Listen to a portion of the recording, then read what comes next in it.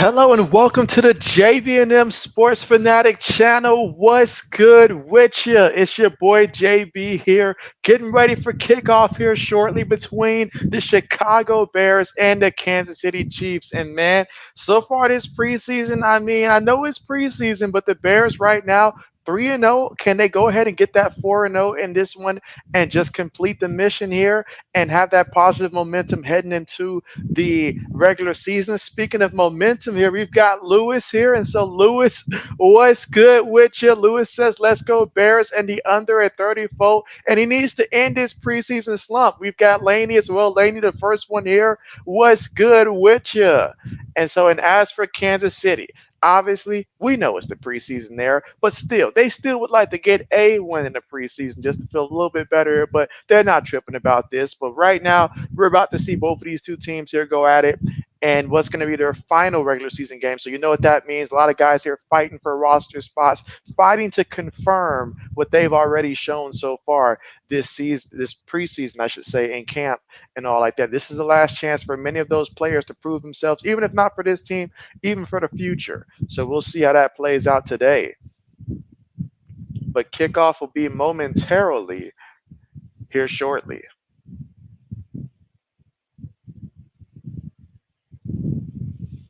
And so Laney says, go Bears. And so a lot of support for the Bears. Okay, I like it. I like it.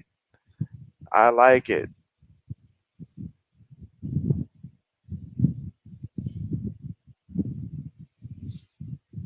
And let's see how this one plays out. Old man, what's good with you? Ode says, what's good, JB? How are you and how's the chat? And so, yeah, I am doing great. I am great. You know, nothing like finishing work, knowing that we're that much more closer to the weekend and that we've got football on a Thursday. And so, and if you guys haven't heard yet, me and Old Man, we're going to be going live tomorrow talking about both the NFL and college football. You're definitely not going to want to miss that. Lewis says, happy to see JB do a lot of Bears preseason games. I've gotten a lot of people saying, what are you now, a low-key Bears fan? And so it just so happened to work out that, yeah, like a lot of the Bears. And then on Sunday, one of the streams that I'll be streaming will be the Commanders versus the Patriots. And that'll be like the third one for the Patriots as well. So it just so happened to work out that way. Obviously, we know how the regular season goes. I go off the primetime matchups for that one. So, but yeah, you guys had Caleb Williams and stuff like that, so it made a lot of sense to check out the Chicago Bears. And so far, I'm seeing a lot of positive stuff. A lot of positive stuff. And to think, we were almost trade partners, Lewis. We were almost trade partners to where Matthew Judon, if he doesn't go to Atlanta, he could have been a Chicago Bear.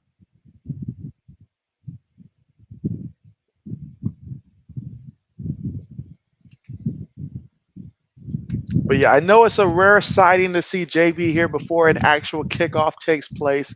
I know that, but yes, try to do better about that.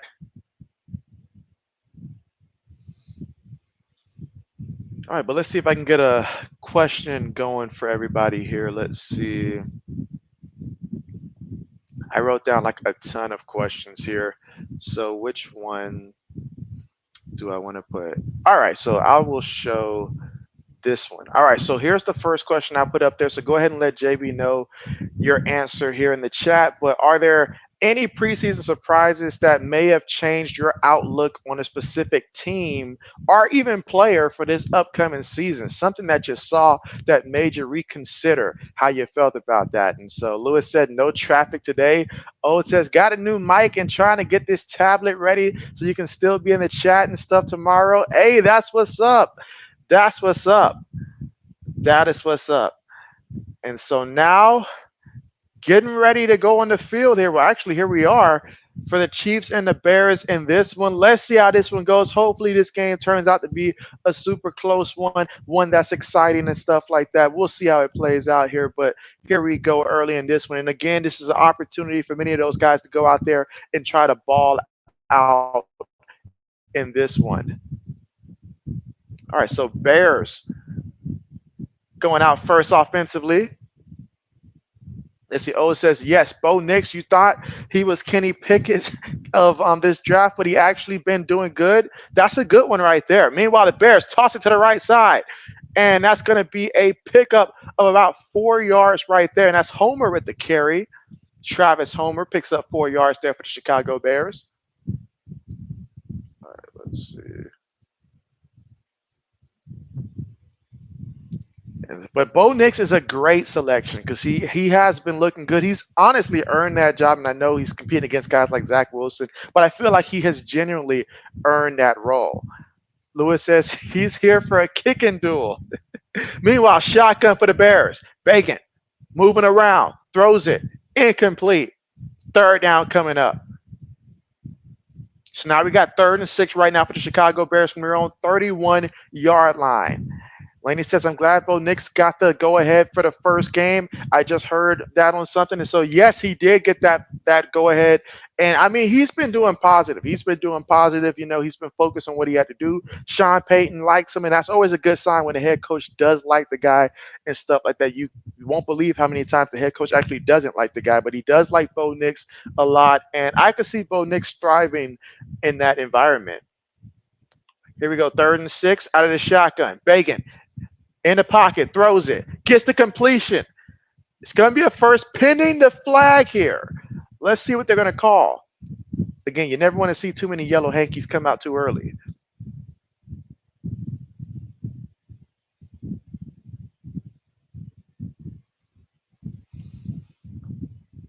But yeah, I mean, there's a lot of talent out there for sure.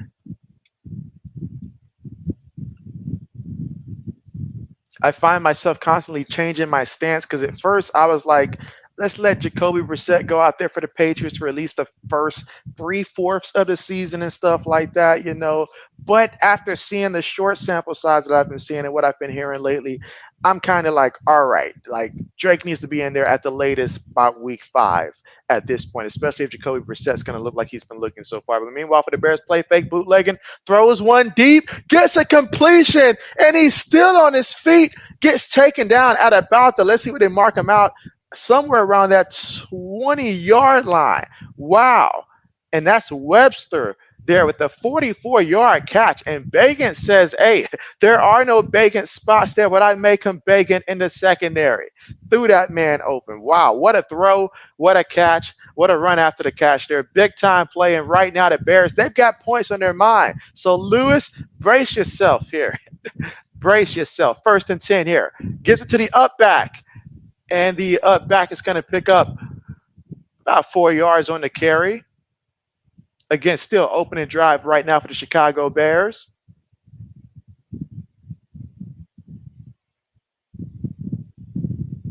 Again, here in the first quarter, 13 minutes and 5 seconds to go. And right now, opening drive for the Chicago Bears, who got the ball first in this one.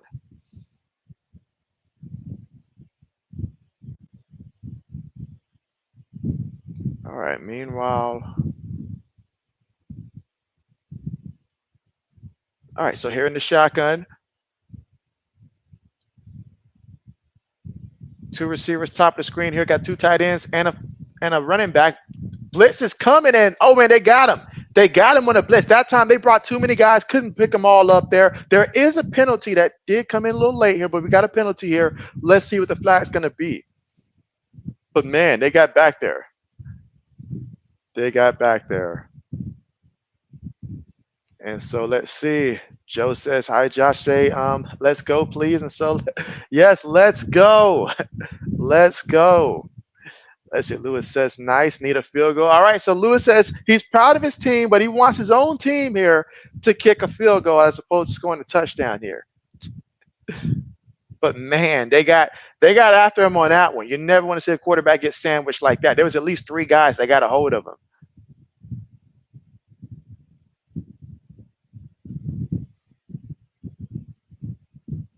All right, let's see.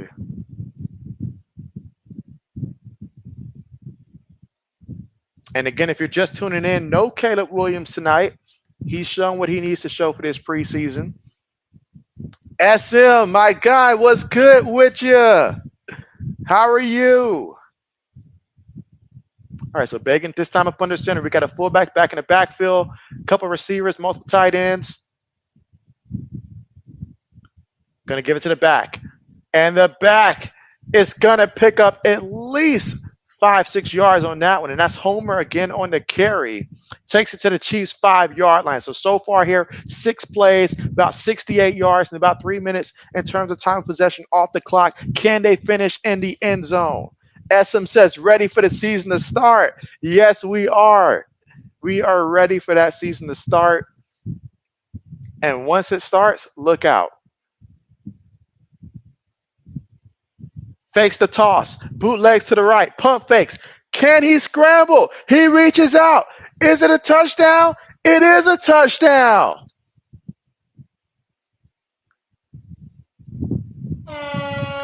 So we have a touchdown. Was it premature though?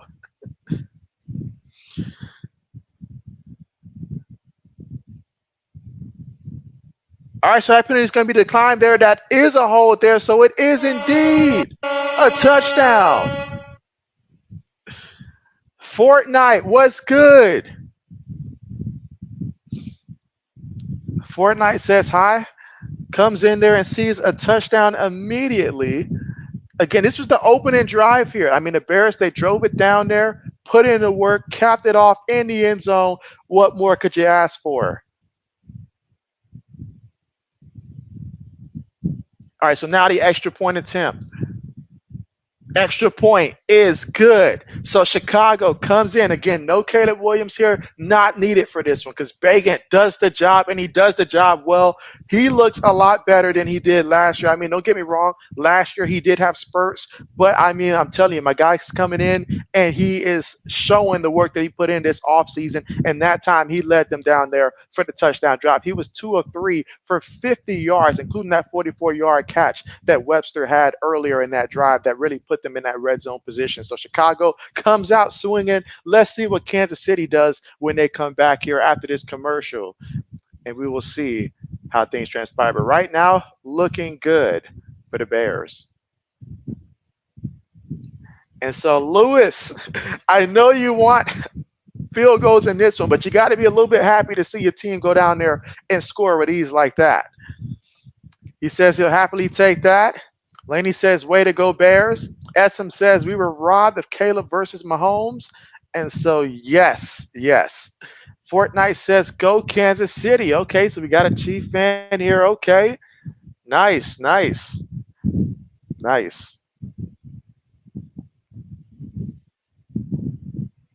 And again, could you guys actually hear the air horn I played earlier after the touchdown? Want to make sure that you guys could hear that. I spent a lot of time to make sure that that was indeed set up.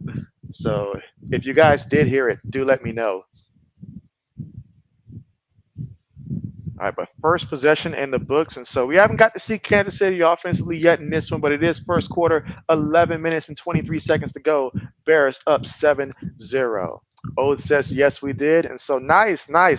Okay, nice. I'm sure Mike will be very happy about that. I know he's been on me for a couple years about adding that. So it took a lot of work, but finally got it to work. All right, thank you. Appreciate that, Laney.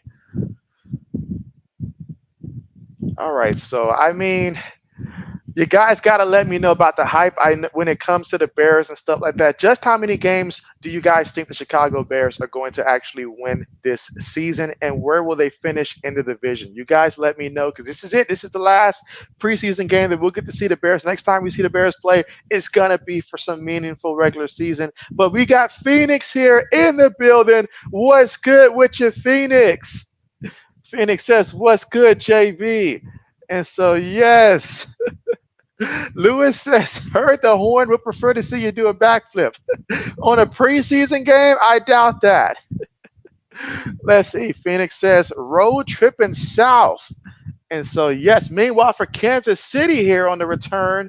And so, what a nice return that was. Going to take it to the, looks like the 35-yard line. And so that time caught it like at the 8. And that time he said, you know what? I'm just going to bring it out, go as far as these legs will take me. So Kansas City will start off with great field position, but it's all about what you can do to make it work. Okay, but O says 9 to 10 games, and you got them third in the division. All right, so here we go for Kansas City. Shotgun formation. Got the tight end going in motion. 3 receivers, 1 tight end, 1 back here. It's a draw play, and it's gonna pick up a yard on the carry. And let's see. Yeah, picked up a yard there on the carry. So now we'll see what Kansas City has in store here. Phoenix says here for a thumbs up, and so appreciate that. Yes, be sure to press that thumbs up button. And also, if you're someone that's new, go ahead and subscribe and let JB know when you subscribe as well and who your favorite team is. All right, so here we go. We've got one back in the backfield, multiple tight ends on the play. They're just going to toss it, let him try to get to the outside. Takes on the contact there, might have picked up a yard or two, but there is a penalty. I've seen 2 penalties come out right here.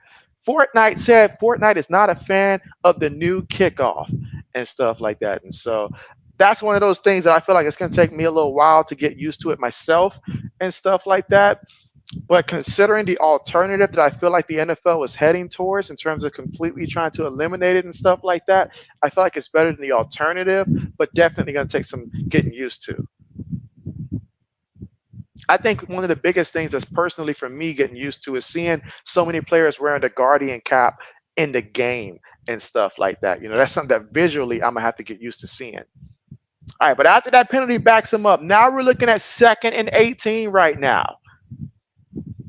Shotgun formation. Tight end goes in motion. 3 receivers, 1 tight end, 1 back. Quarterback snaps the ball in the shotgun. Throws it over the middle. Has a guy wide open. Gets the catch. And he's going to get brought down at about the 47-yard line there, but a first down for Kansas City. So how about that? You respond. The refs back you up. We get that. But what do? You stand in the pocket and you deliver a nice pass there.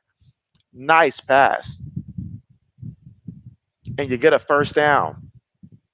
So, Lewis, for your sake, I hope the pace of the game slows down a little bit. But, man, Lewis says 11 wins and 2nd place. So, does that mean you have them going over the Packers this year, Lewis? Or do you think Detroit's going to slip? So, how do you see that playing out in terms of who's going to be above them and who's going to be directly below them? Meanwhile, short pass there. Again, 9 minutes and 18 seconds to go here in the first. This is Kansas City first offensive possession, and already they're trailing 7-0 because Chicago, they moved the ball and they scored quickly. But a 2nd and 7 coming up here for the offense. 9 minutes to go in the first. Again, no Caleb Williams in this one. No Patrick Mahomes. Heck, no Carson Wentz in this one. Odalakun in the pocket, throws it, but gets hit, but gets the completion. And he's going to be about a yard shy of that first down marker. All right, Lewis says Detroit, Chicago, Minnesota, Green Bay. He's got Green Bay coming in last. Gotta love it. I wish Braden could see this. Yes, he's got Green Bay finishing last. Let's see. Oh, it says hit that like button. And if you're new, welcome. Yes, appreciate that. Absolutely. All right, so we got 3rd and 1 coming up. Quarterback up under center here. Got a fullback. It's a running play. Off the right guard. Oh, he's not going to get it. He's not going to get it. They bear it down on that one. Excellent job by the D-line there. Everybody knew that running play was coming. I mean, it looked like it was obviously going to be a running play there, so good job getting after it. That's what you want to see. Guys getting in there making stops because that will transfer over to the regular season. But now, 4th and 1. Let's see how they do here on 4th and 1. Again, Bears up 7-0, but Kansas City, they want to score on their opening drive here. Shotgun formation, gets it, feeds it to the back. Oh, terrible call. Terrible call. That one is on the OC. I mean, you line him up in a shotgun. Everybody in the building knows you're about to run the ball, and then you run that sorry draw, and by the time he gets the football, everybody's already in the backfield, so you did him no favors and stuff like that. At least if you have the quarterback up under center, maybe they think, if you have a fullback in there, maybe it can go to the up back. You've already done that a couple times. Or just, give him a better chance here. But that was just not what I anticipate that you should call in the 4th and 1 in that scenario. So, but great stop there by the Bears. Lewis says he'll take that. Lewis says that's a nice play. He loved it. He loved it. So he wants to see more of it. And that was Prince on the carry. Ended up losing 3 yards there. Not his fault though.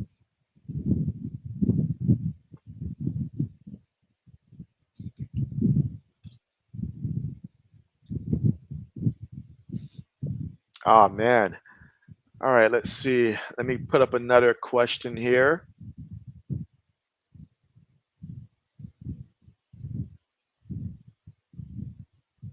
All right.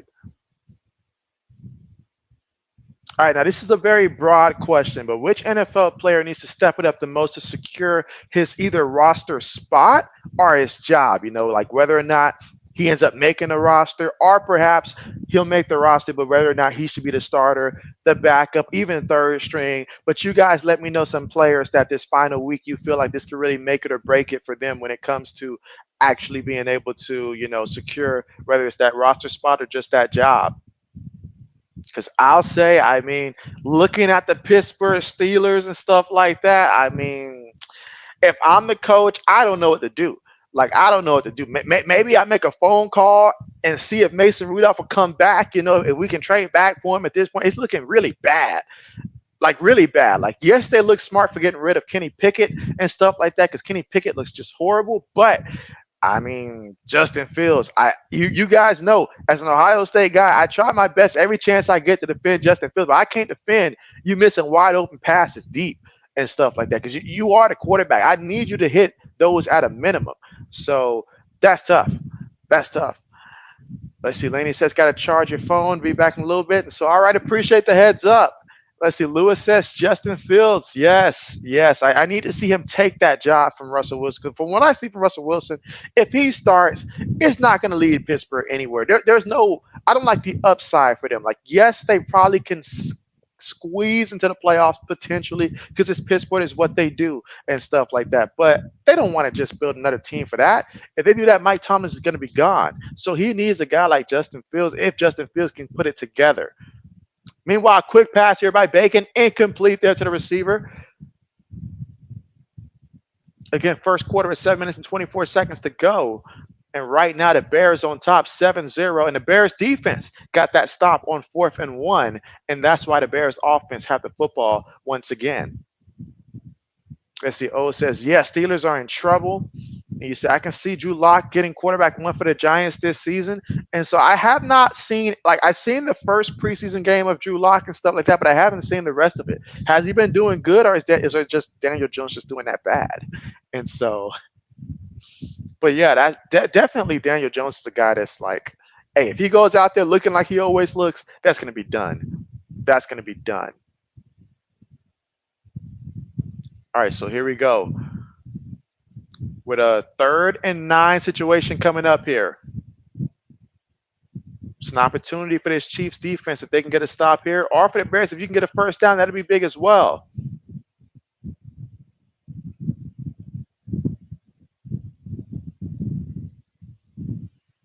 Oh, Sis Jones, just that bad. Tell them to call us for Bailey Zappe. Tell them to give us a call.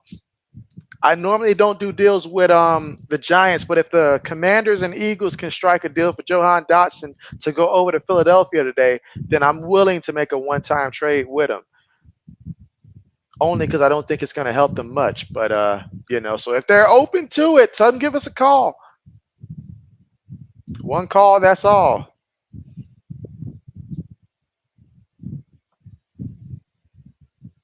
But it looks like there was an injury on the play, and so a Chicago player.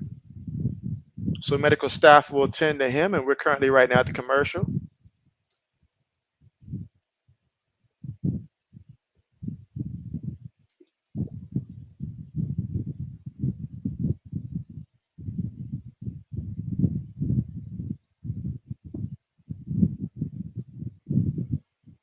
All right, let's see.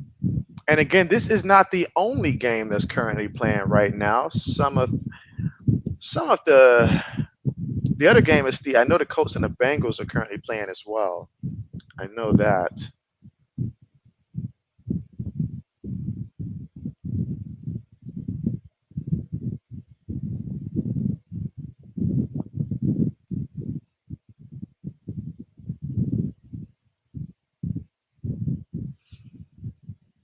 But yeah, I feel like the Giants, they set themselves up with that. Daniel Jones, you went off of 1 year, and even that 1 year, yes, turnover wise, it was nice.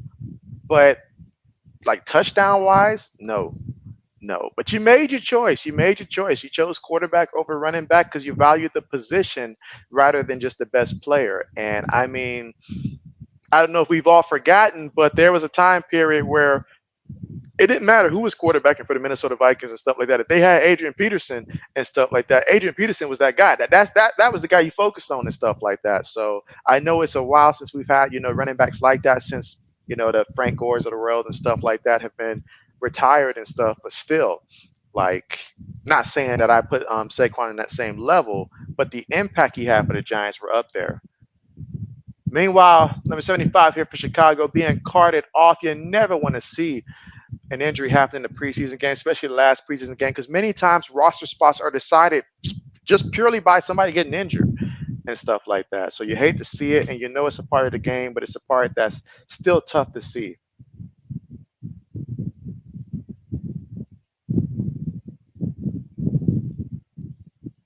All right, so here we go on 3rd and 9 for the Chicago Bears from their own 47-yard line in the shotgun. Takes the snap, throws it, gets it out to the receiver, but he will be a yard shy of the first down marker. So he did a good job picking up 8 yards, but just not good enough to get the first down. Here in the first quarter, 6 minutes and 32 seconds to go. Will Chicago opt to go for it and show him how it's done?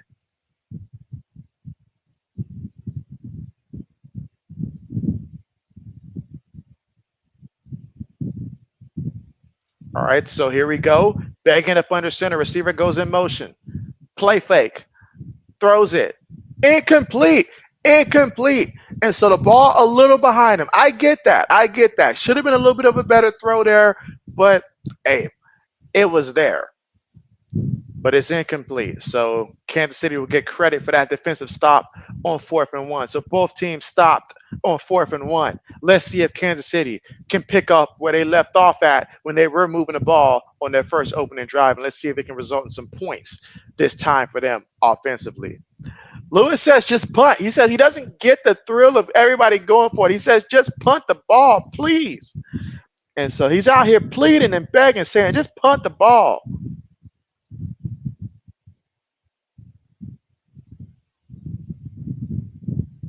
All right, so let's see what Kansas City's got in store for us here. Again, first quarter with about 6 minutes to go.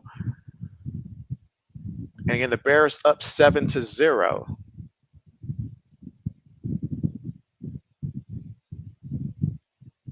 right, we got a 1st and 10 situation here. And again, Johan Dotson was traded earlier today in exchange for a 5th-round pick. And looks like 2020, yeah, like a 5th-round pick and some other picks. So, I mean, the Eagles did need a 3rd receiver. I know they were desperate enough to pick up Devontae Parker, so they can certainly use another receiver. All right, so pass there, gets the completion, but picks up a couple yards, about 3 yards there. And that's Irv Smith Jr., the tight end, with the reception.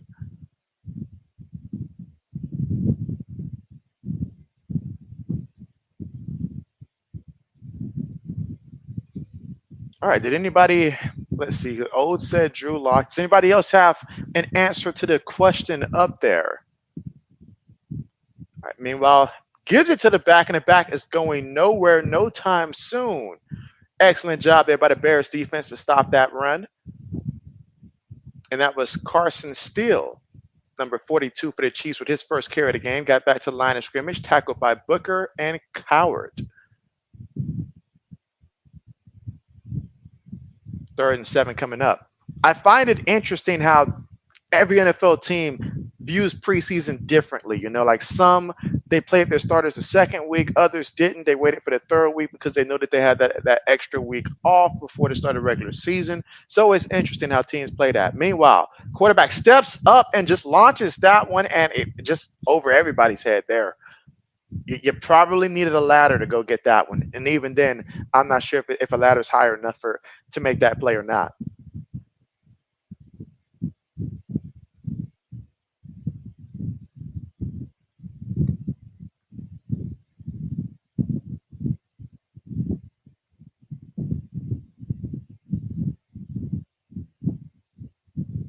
All right, a 59-yard field goal attempt is coming up here for Kansas City. Kick is up, on the way. Up. Well, how about that? He missed it. I'm flabbergasted there. I thought he was going to make it.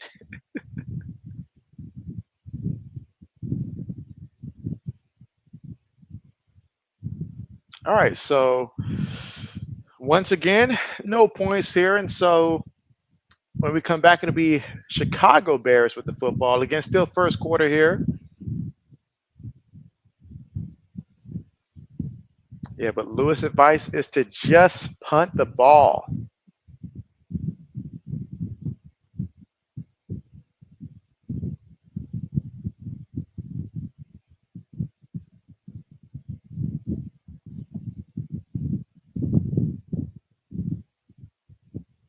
And so let's see. SM says, JB, which quarterbacks are playing? And so, yeah, I got you. Let me go ahead and yeah, so right now for the Bears, it has been Tyson Bagent. He's played for the Bears here. So no Caleb Williams, no Patrick Mahomes in this one, but Tyson Bagent is 3 of 6 right now for 57 yards for the Chicago Bears. He's been the only quarterback in there thus far. Of course, still first quarter. And as for Kansas City, it is Chris Oladokun. And so he is currently 5 of 6 for 42 yards here for Kansas City. So no Patrick Mahomes, no Carson Wentz in this one. And so Chris got the start. And so 5 of 6, not bad. 42 yards, not bad at all. Actually pretty good so far. But Lewis says he'll take that miss. He's like, thank you. Yes, he'll take it.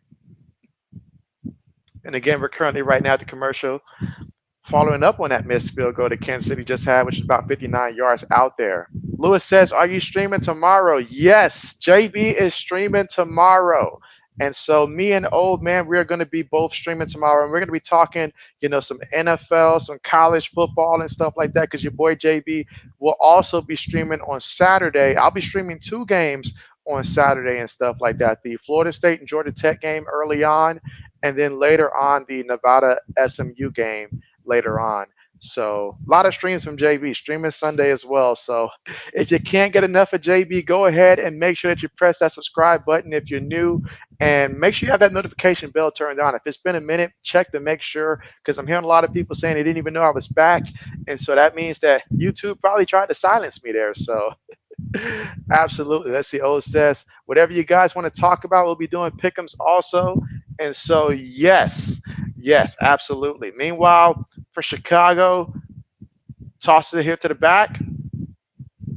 And okay, fighting for it for every yard he can get. Picks up 2 yards there. Lewis says, stream the Hawaii game. And so, have you seen Hawaii's opponent, though? Oh, man. You really want to see your boy staying up late with that one. Absolutely. But yeah, JB coming through on a Friday. Times have changed. Because, only one time I can recall last season where I streamed on a Friday that I can think of, and that was when Washington and Oregon played, because I was like, it was too big of a game, couldn't miss. Meanwhile, short pass to the back. He's got blockers in front of him for the screen. He's got the first down. Still on his feet there. Picked up at least about a good 16 yards. However, there is a penalty. Penalty will kill a drive here. And that one, if this is on the offense, which I think it is going to hurt. And so he said minus 39.5 there. And so, man, that don't get me wrong. I do tend to watch some of Hawaii's games and stuff like that, because I like the fact that I know that the quarterback's going to pass, so that helps me a lot when it comes to some of those player props and stuff like that. But yeah, JB won't be streaming that one. Maybe we might get a Hawaii game at some point. I got to look at their schedule though. All right, meanwhile, play fake. All right, throws it, and I was like, what's going on? Why is my screen frozen? Okay. All right, here we go. They're going to go 5 wide for this one. Bagent going deep. And, incomplete. Incomplete there. Yeah, if the receiver would have been able to snag that one, that would have been amazing. But that's going to be incomplete. Incomplete. And make sure if you haven't done so already to go ahead and press that like button. You know, it's the best way for YouTube algorithm to catch on here and put it in front of other people. So that'll definitely help your boy. And if you're new, go ahead and subscribe. I know it's the preseason right now, but regular season will be upon us fast. And this Saturday, we're going to have some actual college football games that actually mean something. So your boy is looking forward to that. All right, but here we go.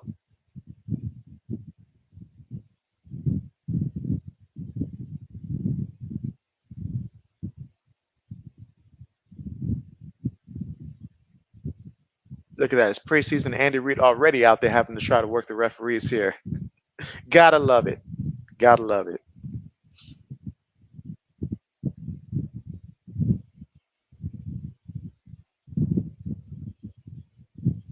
All right, let's see.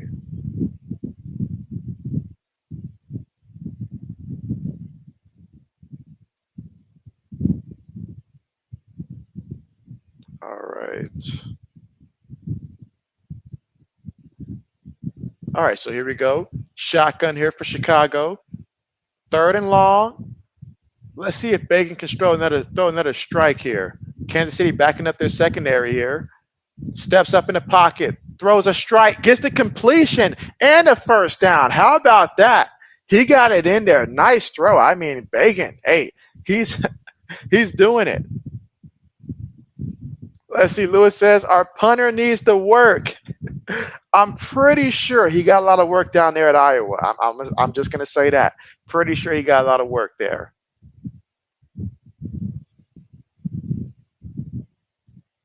Meanwhile, speaking of Iowa, didn't their coach get like, or at least one of their coaches get suspended for like a game or something like that for a recruiting violation? I think I seen earlier today. I know it was somebody on Iowa staff. I want to say it has to be the coach. Got to be the head coach.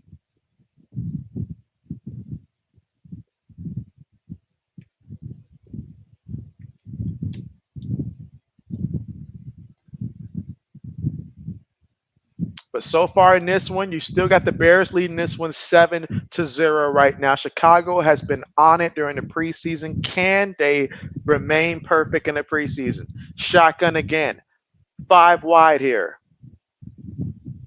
Snaps it. Throws it quickly. Gets it to his guy. Excellent job because the pressure was coming and he made that throw at around the same time. And so RC in the building. And you may have noticed RC is now a mod. JB did the promotion there. And so RC is now welcome there as a mod on the channel. And so RC says, JB, salute, bro. Salute. And so, yes, my guy RC, how are you doing? Lewis says, I think it was Braden who got suspended. You know what? That would make sense why he's not here right now.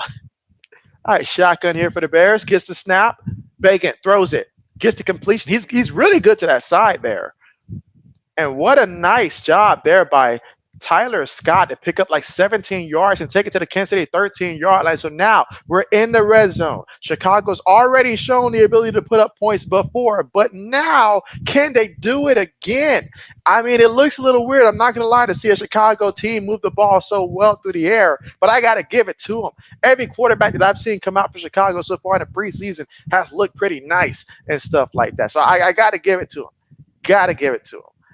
And so let's see. RC says, new name, new mod. There it is. SM says, Stinson Bennett is the answer to your question, JB. And so, oh man, Stinson, I mean, Stinson's been getting a free pass if your boy's being honest and stuff like that. I mean, he's getting that Nate Peterman type of treatment and stuff like that for the time being and stuff like that. You know, but you know what? He's not the only one. He's not the only one. Trey Lance also, somehow Trey Lance is basically getting a guaranteed spot. He's getting all the reps and stuff like that. They're treating him like he's the man when he's just the third string quarterback. And I'm just like, what are we doing? Like, what are we trying to do? Like, are we prepping him for like maybe, I don't know, the UFL or something like that coming up? Because why is he getting so many snaps in the the preseason and stuff like that. Meanwhile, like the guy who is your second string quarterback, Coop, he's going out there for like what, one or two possessions at most and stuff like that. You're not even trying to give him a look and stuff like that. I'm like, can we show any more favoritism and stuff like that? He's playing the whole game.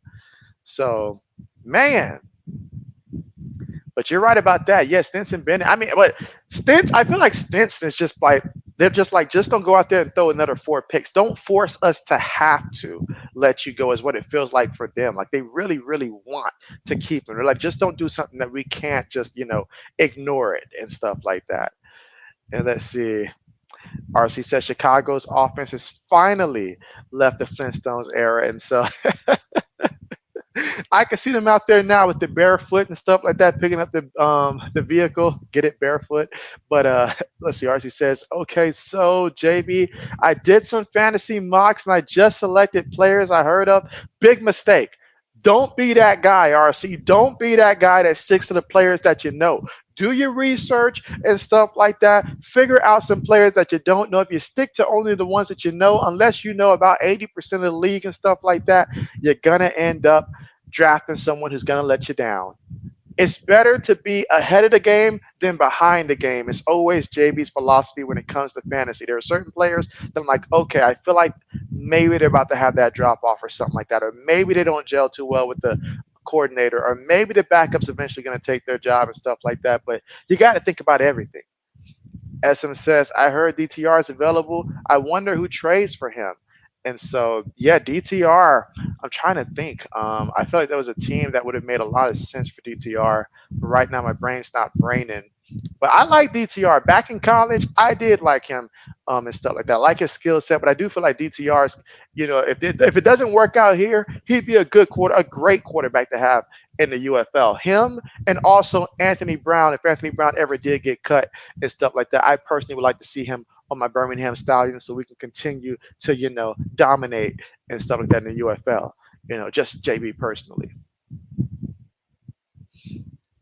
All right, let's see. RC says, JB, so don't just stick to the rivers and lakes that you're used to. Absolutely. I'm telling you, there's a guy in my fantasy league who's made that mistake every single year and stuff like that. And he's come in last place every single year that he's been there. He's been there since the original thing, but he won't stop drafting Falcon players. So I said, bro, you got to stop. All right, so here we go for Chicago. Quarterback up under center, gets it to the back of the back off the right side there. And yeah, going nowhere. Nowhere on the play. Excellent job there by the Chiefs defense, but can they keep it up?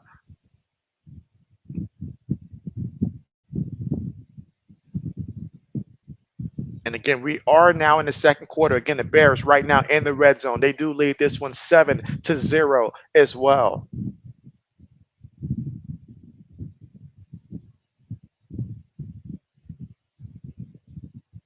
I'm going to tell you who needs to go out there and look decent, because if he goes out there and he looks bad, I feel like he can totally fumble that job. Jacoby Brissett. If he goes out there and he just looks bad and stuff like that, then that could open the door for Drake May, because we're seeing positive stuff. Meanwhile, Bagan, pump fakes. He actually threw the ball, but he was past that line of scrimmage. If that blue line is accurate, he was past that line of scrimmage. But let's see what they say.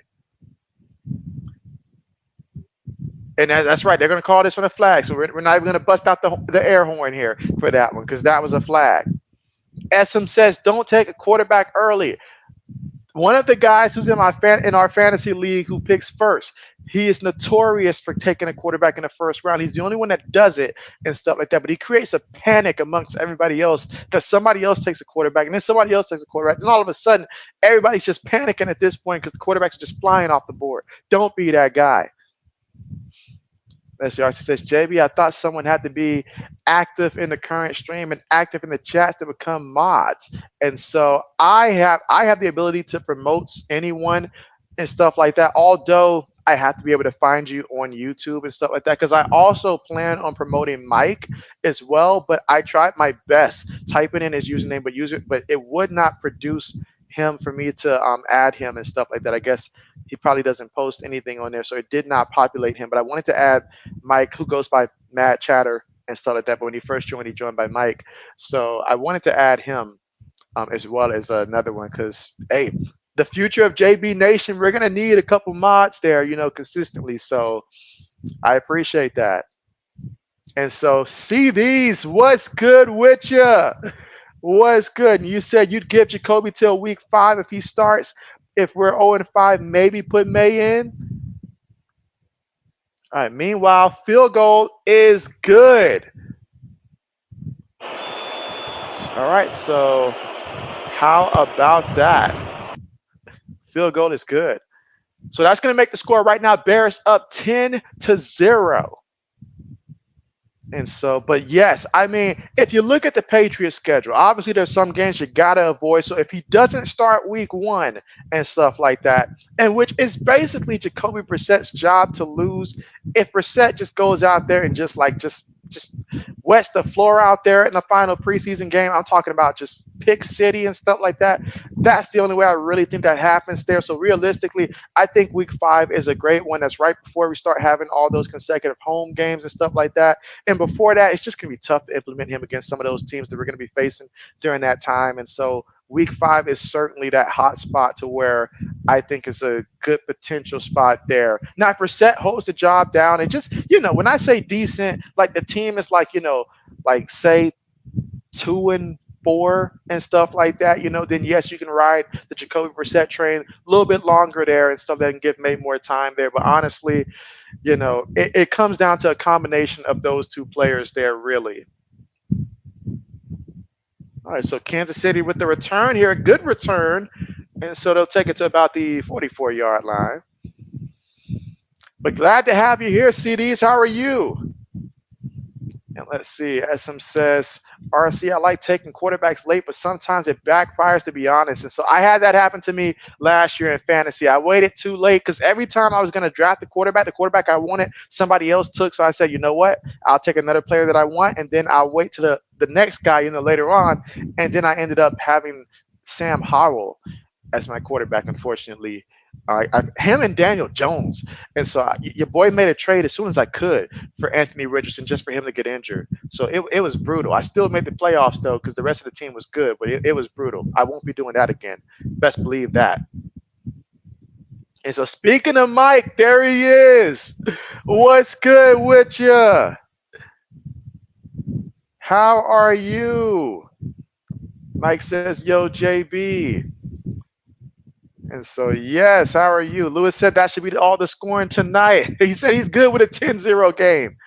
Good with a 10-0 game. And again, right now, currently here at the commercial, second quarter right now, Bears are up 10-0. In this one, we've seen both teams get stopped on 4th and 1. And again, if you're just tuning in, there was no Caleb Williams in this one. There was no Patrick Mahomes. We didn't even get to see Carson Wentz in this one for Kansas City. But what we did see was Tyson Bagent go 3 of 6 for 57 yards there. And Brett Rypien, he's in there right now, currently 3 of 4 for 40 yards. As for Kansas City, Chris Oladapocan there, struggling there. 5 of 6 for 42 yards there for Kansas City. He's been the only quarterback in there so far for that one. Let's see. CD says, good. How about you? I am doing great. The first of like 4 consecutive days of live streams for your boy JB. So I'm excited for it. Tomorrow being Friday, that always makes me happy as well.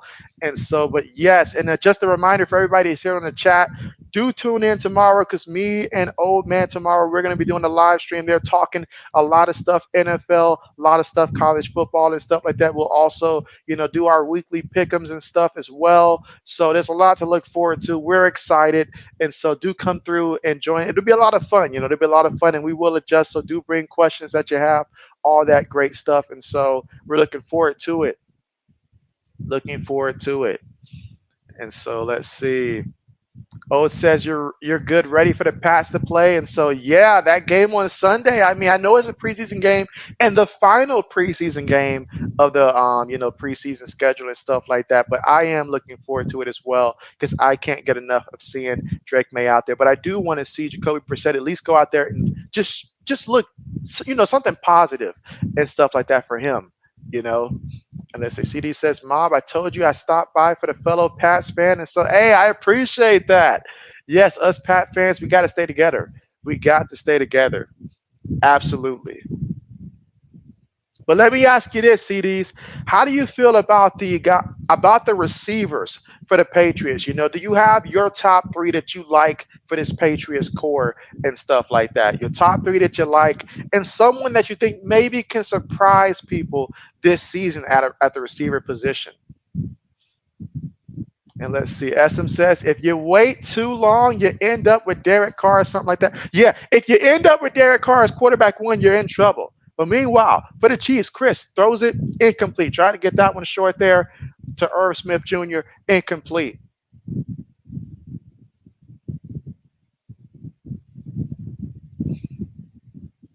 And again, both teams, when it comes to just the preseason and stuff like that, two different stories. Kansas City hasn't won a preseason game yet, and the Bears, they have not lost a preseason game. So it's funny how preseason works out. Let's see. Ode says, appreciate that. And CD's JB is also a Pats fan. And so, yes, yes. All right, 2nd and 10. In the pocket, throws it, gets it completed, and picks up about 3 yards on the play. And that was Wally there with the catch. Jared Raleigh, tight end number 12. Let's see. Mike says, does YPN look good? And so YPN has looked good in the preseason. And we should know because JB has streamed quite a few Bears games. But yes, YPN has looked good. He's consistently given, consistently been good. So I've been very impressed with him this preseason. I will say that. So yes. Let's see. CD says, hey, there we go. Mod pass all the way. Mike says, hope I remember to catch JB and Ode. And so, yes, I've already got it set up for tomorrow. And so it'll be fun. It will be fun. And that's 8 o'clock Eastern time. So 8 o'clock Eastern time. All right, so after the scramble there by Chris that picked up 3 yards, got in the midfield, but they are 4 yards shy of that first down marker. So now with 4th and 4 coming up, that will bring out the punting unit. And we know that Lewis loves punts. We know that he loves punts. Let's see. O says, definitely show up tomorrow, ask questions, talk smack. Let us know your team. It's going to be fun. It is going to be fun. Absolutely. And remember, both NFL and college football. We'll let the vibe determine, obviously how much time we spend on that. But ideally, an hour each would be fair. But with college football coming this weekend as well, I'm excited about that too. So lots of stuff to talk about. Oh, did he touch the punt? Did he touch the punt? Let's see. Oh my goodness. Oh my goodness. Special teams being special, or in one team's case, not being special. But Kansas City, they got to love it. They got to love it. And let's see, Mike says it does constantly. UFL transactions. Tell me what you think. And let's see, CD says, in my opinion, Bourne, Polk, and Baker were not winning much this season. See what the young guys got. And I can see Douglas sneaking up and making a solid second jump. And so I agree. This one is for the young guys, especially at that wide receiver position and stuff like that. Because I anticipate after this season, we're going to make a hard push for a number one receiver, like obviously we've been doing before. But if we can just show like, hey, we've got the young core. And a lot of the times those receivers have been hesitant because like those big name receivers, because they don't know what we have at quarterback. So hopefully at some point they see enough of a guy like Drake Mason where they're like, okay, we've seen enough towards the tail end of the season to know this guy's solid and stuff like that. And then you add all those receivers. I really want to see the growth of a guy like a Baker, of a guy like a Polk and stuff like that, seeing Douglas take that next leap and stuff like that. I do want to see it all come together at that receiver position. Meanwhile, quick pass there. Fighting forward, he's going to be about 3 yards shy of the end zone. And so Kansas City knocking on the door thanks to that turnover on the punt there, which is something you absolutely cannot do. You cannot do it. You just cannot do it. Let's see. CD says, I also like Osborne as a solid slot guy. How do you feel about Tyquan Thornton? How do you feel about Tyquan Thornton? For me personally, I haven't. The guy's always hurt and stuff like that. I know what he was supposed to be in terms of a deep threat and stuff like that, and him playing the X. But how do you feel about Tyquan Thornton? All right, 2nd and goal, shotgun. Chris throws it over the middle. Oh, he threw a pick. Oh my goodness, he's basically gift wrapped it. How do you do that? Your team just made the play of the day to give you some type of a spark. They basically put you at the front door, and you still find a way not to step on this to get into the front door. Basically, they put you right there. What else more could they do? And you gift wrapped it right to them. Oh my goodness. Oh my goodness, an interception. I mean, that's why you play preseason games and stuff like that because these guys need the reps. But my goodness, that hurts. That would hurt any Chiefs fan right there. That would hurt. So wow. But I know Lewis is excited about that. Sorry if I'm a little bit behind on the comments here. I will catch up. Let's see. Oh, it says, yeah, JB been in my boy Mac Game 63 stream and telling them to show up Friday. Be ready for some of them are trolls and like to have fun. Bet. And so yes. And so Lewis is like, kick it. Oh, it's like that's where CDs and past stream come from. Like I said, appreciate you showing up, CDs. And so yeah, appreciate that. Yes, and shout out to Matt Game 63. I got to show up and show some support there sometime soon. And so absolutely appreciate that. Let's see. Mike says, why did they trade Dotson only a fifth?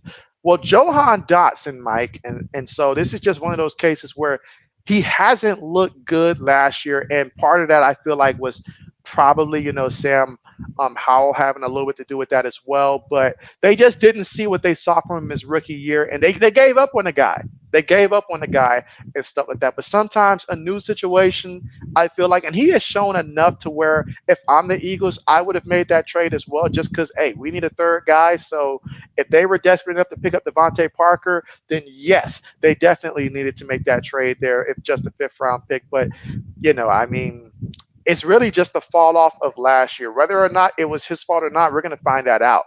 But for the Eagles, I do like that. It's a fifth round pick. If it doesn't work out, oh well. But if it does work out, then that's nice. That's a nice other option because I know that they've been looking for that for a couple of years, looking for like that third and fourth receiver. So I'm excited for Dotson, though, to go a part of a winning organization when you've been with the Commanders for a couple of years and stuff like that. So we'll see if it actually, sparks something in him.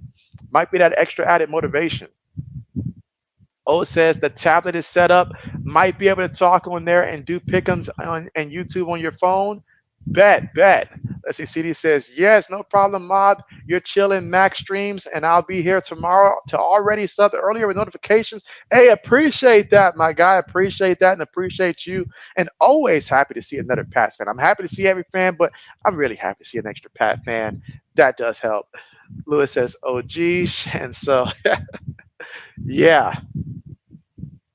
Let's see. RC says, sounds like I should quit while ahead, JB.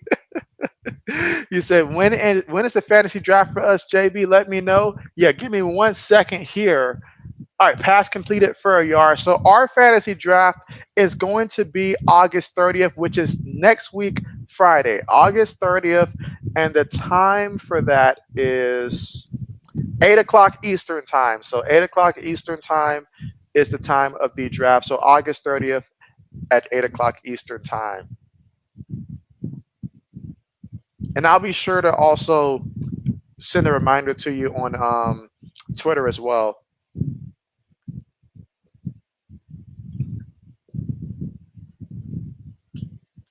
Let's see. O says, why would you even do that? He better start running laps.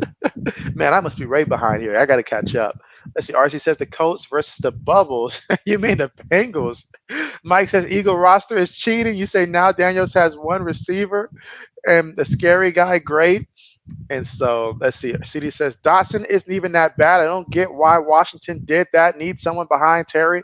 And so, yeah, I mean, you're right. You're right about that. I mean, did they think that they already acquired Brandon Ayuk? It would have been different if they had acquired Brandon Ayuk like they've been trying to do all off season. But yeah, Johan Dotson, I remember the first year in fantasy, like I had him and then I traded him to a guy. And when I traded him to the guy, he wasn't performing. So the guy let him go. I picked him back up. Then he started performing again and stuff like that. So, I mean, Johan Dotson, he's got the ability. He just didn't have a quarterback. Washington should have known that. But hey, some teams are where they are for a reason, right? You guys are absolutely right. All right, but here we go for the Bears. 2nd and 8 right now from their own 13-yard line. They're going to feed it to the back in the back off the right side, and he's going to fight forward for a pickup of about 3 yards on the play. That's actually Felix Jones Jr., the former wide receiver from Tennessee. I guess they converted him to a running back. Good old Felix Jones. All right, let's see. Mike says, do you have a thing where you don't want websites in the chat? And so it is set up like that. And Mike, I meant to add you as a mob so that way you'll be able to have permissions to add links and stuff like that. Because a lot of times when we get spams, they will send like links and stuff like that. People come through spamming, and so I had turned that off a while back. But I was meaning to promote you to a mob as well, so a mod. So therefore, I just couldn't find you when I was trying to enter you into YouTube and stuff like that, which was very odd because I typed your name exactly how it is, and it just didn't populate for me. So I'll try it again. But once I get you set up as a mod, you'll be able to drop links and stuff like that into the chat. All right. Meanwhile, there is a holding penalty here against the Bears. One of the few things that have gone against them here in the second quarter with 9 minutes and 58 seconds to go. As you see, he says they lost Samuel to Buffalo, in which, hey, Buffalo's going to need Samuel to go out there and ball out and have one of his better type of years. But yes, let's see. Mike says, I know it, Scary Terry. Let's see. O says, it looks like Commanders are trying to get Brandon Ayuk. He's best friends with Jaden Daniels. And so to make a trade like that, they better have confidence that this is going to actually happen if that's the case. I know that they were rumored before, but if that's still the case, then we'll see. But here we go, 3rd and 13. Chiefs send 4. Rypien throws it short. It's caught there by Jones, and Jones is going to pick up about 3 yards there, but not enough for the first down. Here in the second quarter with 9 minutes and 30 seconds to go, Bears up 10-0.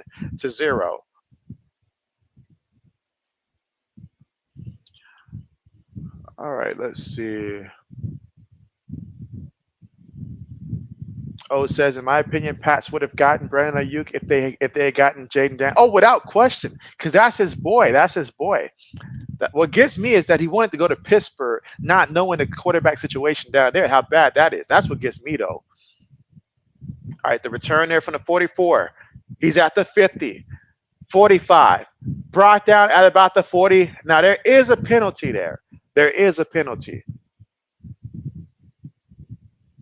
All right, let JB look and see if there's another question I can put up there for now.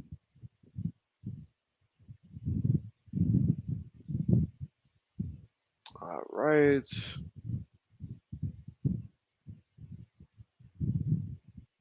Guess I need to create a question here.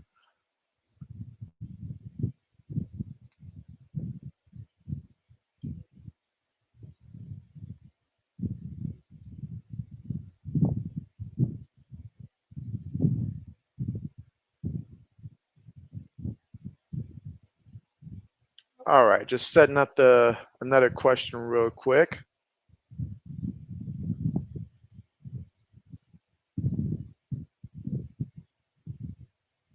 All right. Okay, so we will start with the AFC. So let me know in the chat who will make the playoffs in the AFC this season. You know, every team that you feel confident about saying that they'll make the playoffs in the AFC, let JB know what teams you think will make the playoffs. And again, we'll start off with the AFC for now. We'll do the NFC sometime in the second half. So I'll go ahead and make that for later now. But again, we're currently right now at the commercial, and then JB will catch up with the chat. I know I am behind.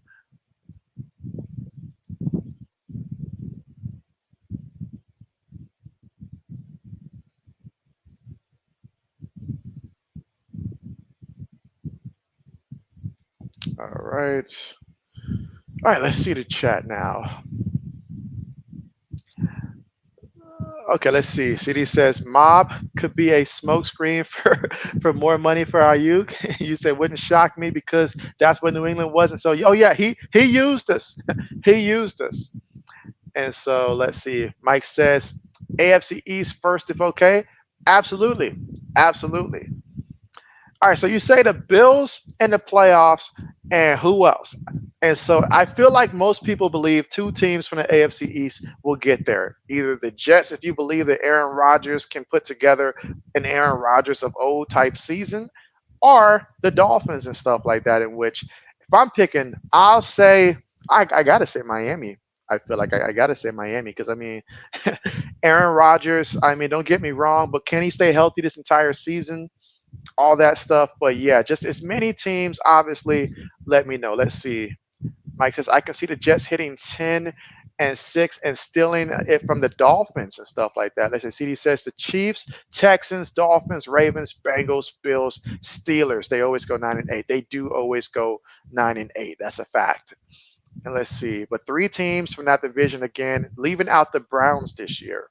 And let's see, O says Jets, Bills, Kansas City Ravens, Texans, Bengals. Okay, let's see. Lewis says Bills all the way versus San Francisco. He's got his Super Bowl pick ready. Oh, what a carry. What a carry that was there. I mean, he was carrying defenders on that one. Again, here in the second quarter with 8 minutes and 40 seconds to go. Let's see. Mike says the running back combination in Miami is crazy good. And so, yeah, you bring up a good point. You bring up a good point. You say lots of good receivers.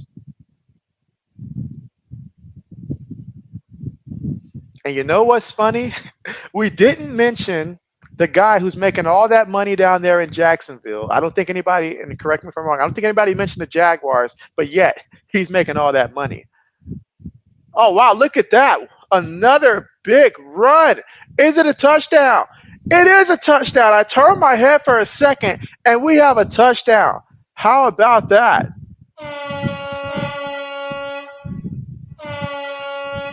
A touchdown. Let's see.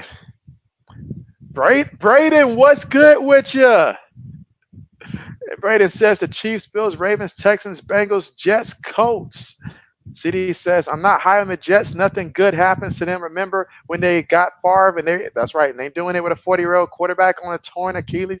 And so, yeah. And if you listen to Rodgers talk, he talks about how this year is a lot more harder in terms of preparation for him and stuff. And I mean, it just feels like they're going to do Jets type of things and stuff. You know, I could see an 8-win season. You know, I feel like they might disappoint. This kind of reminds me of when everybody was high on the Tennessee Titans that one year, and then Tennessee came in and just when they picked up Julio Jones that year, and then completely just disappointed everybody and stuff like that. So, but we will see. We will see. Let's see. O says, well, because to me, you say T Law is mid, just another guy. He is. He's just another guy with a big check, though. But his check is bigger than his game. Mike says Bengals, Joe can't stay healthy. You say, is Watson going to be healthy with shoulder? You say Ravens are playoffs. Steelers, you say, who is their quarterback? That's what we all want to know. But yeah, the whole health of Joe Burrow obviously is going to be very critical for them and stuff like that this upcoming season and stuff. But and we got a lot of guys down there. Obviously, T. Higgins, he's thinking about money. That's very important to him. I can't blame him. Money is important and stuff like that. Chase, those guys want to get paid. They want to get paid. Let's see. CD says they overpaid him. Stupid move by them. Braden says, oh, you got sound effects now? Nice. And so, yes, I do. I stayed up to like 3 a.m. 2 days ago to try to figure it out, only to not figure it out, but I figured it out yesterday. So it took JB a good minute. Lewis says, uh-oh, trouble. And so, yes. And so, meanwhile, they did try going for the 2 there. And let's see. RC says Aaron Slobbers at quarterback. CD says Rodgers always says he doesn't want any distractions. He's the whole distraction. And so that's a fact. That's a fact. Each and every year. You say you're committed. You even take a pay cut to try to prove a point and stuff like that. And then it's like, oh, time for camp. Let me go. Gotta go to Egypt here. Let me go. I mean, well, extra point is good. All right, so 10-7 here in the second quarter with 7 minutes and 50 seconds to go. And right now, Carson, man of steel, the man of the hour, 4 carries, 50 yards, and a touchdown. Yes, the O says, I could see the Jets trading for Adams and giving up a first-round pick plus for – oh, they would love that. They would love that and stuff like that. They would love that. But I personally would not like that for fantasy purposes. I'd rather he stay with the Raiders and stuff like that. But hey, Devontae's like free me. He's like free me. Let's see. RC says Braden JB hit the lottery on us. LOL. And let's see. Mike says Jacksonville playoffs, Colts and Texans very good. Titans nah. And so Tennessee without Derrick Henry this year, so he's not going to be the staple to hold them together. And they're going to depend on Tony Pollard, who has had a couple. He's definitely not the same built of a guy like King Henry and stuff like that. Which I am happy for King Henry going to Baltimore and stuff like that. He did everything he could for Tennessee down there. Let him go to a team that he can actually go down there and contend. Meanwhile, kickoff and a return brought down at about the 30-yard line, but there is a penalty right now. So let us see if this one's going to come back. And let's see. Ode says, then the Raiders will trade both those first and 2026 first to New England, and then we draft a quarterback pass. Will get Will Campbell. Let's see. Raiders says RC. And so, oh, yeah, if we got that left tackle, that'd be great. And so let's see. RC says, JB is coming up in the YouTube world. He is now eating caviar and drinking. All right, let's slow it down now. Let's slow it down now. JB is not quite there yet. Got a long way to go. Long way to go. Let's see. RC says Colts and Bengals are at halftime, JB. And so, okay, what's the score in that one? What is the score in that one? Let's see. Mike says the Chiefs and Chargers will be surprisingly bad with terrible receiving corps. Raiders are garbage. You say Bo Nix won't get it done year 2. And so, yeah, Chargers receiving core. Justin Herbert's a guy that I really do like, but yeah, your boy's gonna be avoiding him this year because who's he gonna be throwing to? I sure don't trust Quentin Johnson. I'll tell you that right now. I don't trust anything related to Quentin Johnson. I said the man was a bust before the draft. I could see that. He was more of a body catcher. He sort of reminded me of like a Calvin Benjamin in college. He never got separation. And the schools that he was playing against, he should have got separation and stuff like that, but he never did that at the collegiate level. So guys like him, Trey Burke and stuff like that, just no. JB's staying far away from them. But meanwhile, there is an injured Kansas City Chief player right now in the field. Bears are up 10-7 right now here in the second with 7 minutes and 28 seconds to go. Chiefs are feeling really good after that last touchdown. It's a CD says, I like Spears on Tennessee. I think he overtakes Pollard. And so there are some running backs that I do feel like will end up taking over and stuff like that. Like I feel like for Cincinnati, Chase Brown at some point takes over. And so I think Zach Moss regresses back to the Zach Moss that we've seen down there in Buffalo and stuff like that. Or even so, I just like Chase Brown a lot. Liked him when he was with the Fighting Illini as well. But yeah, there are some running backs that are candidates for that. Let's see, RC says, JB, he says, since I'm in JB's fantasy football league, maybe I should investigate players' numbers as well. Try to watch more actual football. It's the best way to go. Believe me, fantasy changes how you watch football. But 2nd and 2, gives it to the back. And he gets brought down. He's going to lose a yard actually in the play. And that's Ian Wheeler. He's got 5 carries for 5 yards so far in this one. But he lost a yard on that one. Now we're looking at 3rd and 3 coming up from the Chicago 47-yard line. Can they get the first down here on 3rd down? Let's see. Mike says Chiefs better watch out for the Ravens. And you say UFL loading up on players. Fun to watch. And you say teams with best attendance get 6 home games. The worst get 4. And so you say St. Louis 6. RC says, what quarter are you in, JB? We are currently in the 2nd quarter with about 6 minutes and 35 seconds left to go here in the 2nd quarter. Bears are up 10-7. Bears snap the ball. Rypien steps up, throws it. Incomplete. 4th down coming up. But yes, we are in the 2nd quarter. I think I finally caught up on the comments here. And again, just a reminder, if you haven't pressed that like button, do feel free to press that like button. And also, if you are new, let your boy know that you're new and stuff like that, who your favorite teams are. All right, but we got 4th and 3. Again, here in a second with 6:25 to go. Punts on the way. Got to be careful. Cannot fumble this. All right, fair catch from his own 11-yard line. There is a penalty out there. Let's see what the penalty is going to be. But yeah, to think that not only did they trade Dotson, but they traded him within the division and stuff like that. That's what gets me. You trade him within the division to a team that you already know is basically competing for that top spot. So yeah. Mike says that Jamar Smith just resigned with the Stallions. And so I'm sorry, re-signed with the Stallions. And so, oh man, let's see. RC says, JB, even when basketball ends, you know me being a primarily dominant hoops channel, I still talk basketball. I don't switch to other sports topics. And so I did try that, but at some point fatigue does kick in. And quite frankly, I can't pay attention to both of them at a high enough level to talk both and stuff like that. So I had to focus on what I do best, and what I enjoy best happens to be the same as well. So sticking to football and stuff like that. But I do want to put more emphasis this year on college as well. All right, so here we go. Out of the shotgun from their own 6-yard line. They hand it to the back in the back off the left guard. Picks up about 4 yards on the carry, 3-4 yards there. 6 minutes and 10 seconds to go here in a second. Mike says, AJ is my receiver 1. Let's see. Mike says, Devontae Smith, super good, not Dotson. And so, hey, Smith, he gets it. He gets it. As someone that had AJ Brown on my fantasy team last year, it was so annoying seeing how sometimes Devontae Smith would just get all the catches. And I'm like, well, dang, what am I going to do? All right, they feed to the back again. And he's going to be about 1.5 yards, 2 yards shy of that first down marker. Picked up 5 yards on the carry, and that was Imani Bailey there with the carry number 39 for Kansas City. He's got 2 carries for 8 yards in this one. Now we got 3rd and 2 for the Kansas City 14-yard line. Obviously, you don't want to punt from your own territory this deep, so a first down would be huge for them. And obviously, you are thinking about points. We're here in a second with 5 minutes and 15 seconds to go. 3rd and 2.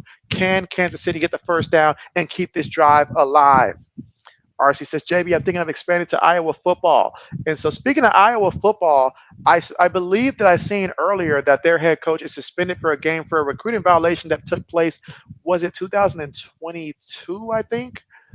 Meanwhile, Chris throws it, gets the completion, hit his receiver right there on the money there. That's going to be a first down. Fresh new set of downs here for Kansas City to work with 4 minutes and 45 seconds to go. Don't forget the Bears are currently leading this one 10-7, but Kansas City, they scored the last touchdown. Kansas City looking to move the ball. Can they get into the groove here and keep it going? That's what we all want to know. And that was, I believe, Justin Ross with the catch there. Ross, a receiver that I remember coming out of Clemson. I was very surprised that he wouldn't get drafted because I thought he'd at least be drafted no later than the 5th round, I thought, coming out of college. Oh, excellent draw play. Shakes off the first guy, gets the first down there. That's some hard-nosed running right there. He looked a lot like Isaiah on that one. And so let's see. Mike says, JB, thoughts on each UFL team, how they draft in their rosters? Each have 8 to 10 guys, okay, active NFL rosters that might get cut. And so, yeah, I'm all for it. I'm all for it. All right, let's see. RC says, JB, you jumped ahead of my comment on Iowa's coach suspension. And so, oh, my bad. Well, yeah, I mean, because I seen it earlier today. All right, meanwhile, Bailey gets brought down in the backfield, going to lose a yard this time for Kansas City. 3 minutes and 30 seconds left to go here before halftime. RC says the score is tied 7-7 between Indy and Cincy. That's very interesting because Indianapolis, I know that they're playing their starters, and Cincinnati did not play their starters at all. So it's very interesting that the score right now is 7-7. You said you can't type tonight, typo crazy. You say Max Duggan getting cut leaves Luis Perez competing for the number 2 spot. I remember Max Duggan and how he stole that Heisman. JB still doesn't believe that he deserved it, but that's a whole different story. Meanwhile, pass incomplete. Incomplete. So now with under 3 minutes to go and Kansas City down by 3 points, let's see what they draw up this time. Let's see, Mike says the coaches like him. And so, yeah, because coach is like a guy who knows how to get the ball out quickly. When we watch Luis Perez in the UFL, what does he do? He always got the ball out quickly. He was never a guy that went deep. So some coaches do like the fact, like, hey, we get the ball out quickly, especially for what the Chargers are going to do. And you know what they're going to do because they don't have any receivers to really go deep like that consistently. So they're going to have to do a lot of checkdowns and stuff like that. So for their current system, run the ball, checkdowns, short passes, intermediate passes, he fits the bill. Third and 11, almost took out the referee, still running around and throws it. And oh my goodness, if he doesn't break that up, that's probably the catch of the day right there. It was there. It was there. Oh my goodness. Like, if he doesn't make that play in the secondary, wow. All I can say is wow.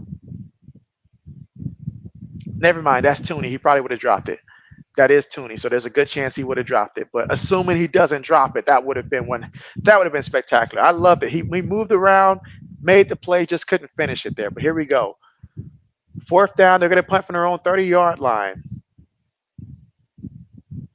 All right, punts on the way. Catch it from his own 10. He's at the 15. At the 20, 25, brought down at about the 26-yard line, and that's where the Chicago Bears will take over from this one. Again, Chicago leading this one 10-7 here, and so we'll see if they can put some points on the board here before we get to halftime. But man, let's see here. RC says, JB, why are there no linebackers to draft? And so, oh yeah, that's the thing about it. In my fantasy league, we do have defense, but you have to draft the unit of the defense, RC. Draft the unit as opposed to drafting like linebackers and stuff like that. So not in my league. I'm sure that there's probably some out there that have, some specific, but I've never been a part of one that has anything like linebackers and stuff. And so, and that's JB being the commissioner. Yeah, but we do have defense as a unit. So you have to pick a unit that you like as a whole. I know as an Iowa fan, you're thinking about the defense. I like that. All right, here we go. 1st and 10. Quick pass caught there by the receiver, and he's going to pick up about 4 or 5 yards there on the play. And that was Tyler Scott. He's got 3 catches for 27 yards so far in this one. But yeah, CD says, wow, what a play to break it up. And so, yeah, I mean, if that would have been caught, oh my goodness. O says, yeah, that was a great play. He earned a spot on the roster. CD says, Tooney was wide open for a reason. Yes. I was looking at 19. I was like, wait a second. That looks familiar. I was like, that's Tooney out there. I was like, never mind. That would have been a drop. It would have been an abominable drop is what we would have been talking about that. We would have called it the drop of the year already in preseason. So, oh, man. Let's see. RC says, JB, what if I get the number 1 fantasy football draft and wait for it, or RC drafts a punter? Well, you will definitely in that case prove that you deserve to have the first overall pick the next year because your team will not be advancing. We don't even have punters and stuff like that in our fantasy league. But again, right now, currently at the commercial here, because we hit the 2-minute warning in Chicago. Getting the football here, Chicago up 10-7 right now. They're facing the 2nd and 6 from their own 31-yard line. Can they put together a 2-minute offense to get some points? That's what we want to know. But let's take a look at how everybody's doing so far in this one for both teams. For Chicago, Brett Rypien, who's currently in there, quarterback right now, he is 7 of 9 for 58 yards passing, no touchdowns, no interceptions, has not been sacked so far today. He did run the ball 1 time for a yard. Meanwhile, Tyson Bagent, 3 of 6. He got the start today, and he was for 57 yards, actually, including a 44-yard completion to Webster earlier in the game. That was a really nice throw and catch on that play. But no touchdowns, no interceptions passing. But he did rush it in there for a 5-yard rushing touchdown. Tyson Bagent did that. Now for Kansas City, again, there was no Patrick Mahomes, no Carson Wentz. It's been all Chris in this one. And so Chris Oladokun, he is 8 of 13 for 57 yards passing, no touchdowns, 1 interception. He's also got 1 carry for 3 yards in this one as well. Let's see. RC says, don't we have kickers or something? We do have field goal kickers. We do have field goal kickers, just not punters, though. But we do have field goal kickers. So if you end up taking one in the first round, RC, everybody's going to be looking like, when do we play RC? They're going to be circling that on the calendar like, we want to play him. We got to play him if that's your first pick. All right, now, meanwhile, for the rushing game, for the Chiefs as a team, they have 12 carries for 70 yards. And for the Chicago Bears as a team, they have 12 carries for 29 yards. For Kansas City, Carson Steele is responsible for 50 of those yards, including that 31-yard run that he had earlier. He's got 4 carries for 50 yards and a rushing touchdown. So if you see him on the sideline hyped up, he has a good reason to be hyped up there. He went out there and made it happen on some back-to-back really good runs out there to get Kansas City on the scoreboard. Imani Bailey, he's got 4 carries also for 18 yards. He he did have an 11-yard run earlier in that one, so that was pretty much his good run on that one. And Deneric Prince, he had 3 carries for -1 yards so far in this one. As for Chicago, Travis Homer has 3 carries for 11 yards. Ian Wheeler's got 5 carries, 5 yards. And Kari Blasingame, he's got 1 carry for 4 yards. Felix Jones Jr., also 1 carry for 3 yards as well. And now we'll return back from the commercial. See if Chicago can put together a 2-minute offense real quick. Let's see. RC says, what channel is this game on? NFL Network. It's on NFL Network. Meanwhile, Rypien throws it. And it's, oh, was that a catch? Yes, it was, to John Jackson III, number 26 for Chicago. And he's going to pick up 11 yards and a first down. They're hurrying up here. 1:45 here before the half. They're at their own 42-yard line. Shotgun again. Chiefs sending pressure here. Bears pick it up. They're taking a deep shot, and oh my goodness, look at that. Tyler Scott with the big play of the day for 37 yards. He's got 4 catches, 64 yards there. So if you took the over on his player prop, you hit. You definitely hit on that one. I believe his player prop was set at like 37 yards or something like that. So you definitely got it there. Big time play. And now we're looking at the 21-yard line. They hand it off to the back, and he's going to pick up 2 yards there. Got 1:30 left to go before halftime. But now you're inside the red zone. So 2nd and 8 at the Kansas City 19-yard line. 1:20 to go. And if you're Chicago, you got 2 timeouts to work with as well. So obviously you're thinking we want to score, but at the same time, we don't want to leave any time for Kansas City to try to do anything either. So you got both of those things there to think about. You got 1:05 left to go, 2nd and 8. Receiver goes in motion. 3 receivers, 1 tight end, 1 back, shotgun formation at the Chiefs 19-yard line. Gets the snap, Chiefs in 4. In the pocket, throws over the middle. And it's incomplete. I thought he had that one. I thought he went up there and snagged that one. But that's going to be incomplete. And so let's see. RC says, JB, why you only get 30 seconds to draft someone? Because RC, our fantasy league has 16 people. And so 16 people times 15 rounds. Once you get towards that middle and like the tail end of the draft, you're going to be thankful that it's not too much time on there. And so I had to adjust the time in order to, but I don't think it's 30 seconds. I feel like it's a minute. I think we each got a minute. I got to double check that, but I believe it's a minute. But it's just too many people, and the draft would be too many hours if I extended it longer than that. All right, but 3rd and 8. So use the time when you know that your pick's about to come up to get ready. But 3rd and 8, can they get at least a first down, maybe even a touchdown? Rypien has it, has time, throws it up there, and incomplete. Try to throw it up there high for 87. No way he's going to be able to make that catch there. Incomplete. 4th down, coming up with about 47 seconds left to go. And let's see. Mike says CJ Uzomah was cut. That was a surprise cut. SM says Broncos will be a surprise playoff team. And so, oh man, SM, your boy got to give you a shout out if that ends up being the case right there. The Broncos end up being a surprise playoff team. But you know what? Bo Nix, that looks good. I guess it's going to come down for me for how that defense looks this year. You know, I really got to take a good look at that defense because last year they let Miami almost hang 100 on them and stuff like that. But if that defense can come out there and look like traditional Broncos defenses, then look out. But meanwhile, field goal is good. Okay, so we got the field goal. Santos there with the 3 points. Let's see. Mike says Randy Gregory may retire or get cut. And so I can see it's about time for him to retire, I feel like. Let's see. RC says, JB, appreciate you modding me. That sounds modulous. I like what you did there. Mike says, oh, man, remember Dolphins versus Broncos. How could we forget? It was like the defense just forgot how to defense. They forgot how to defense. It was just embarrassing. I felt like we were watching TCU versus Georgia at that point. It was just bad.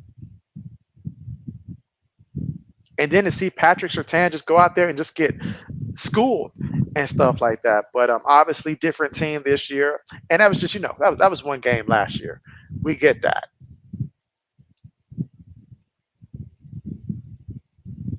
All right, but here we go.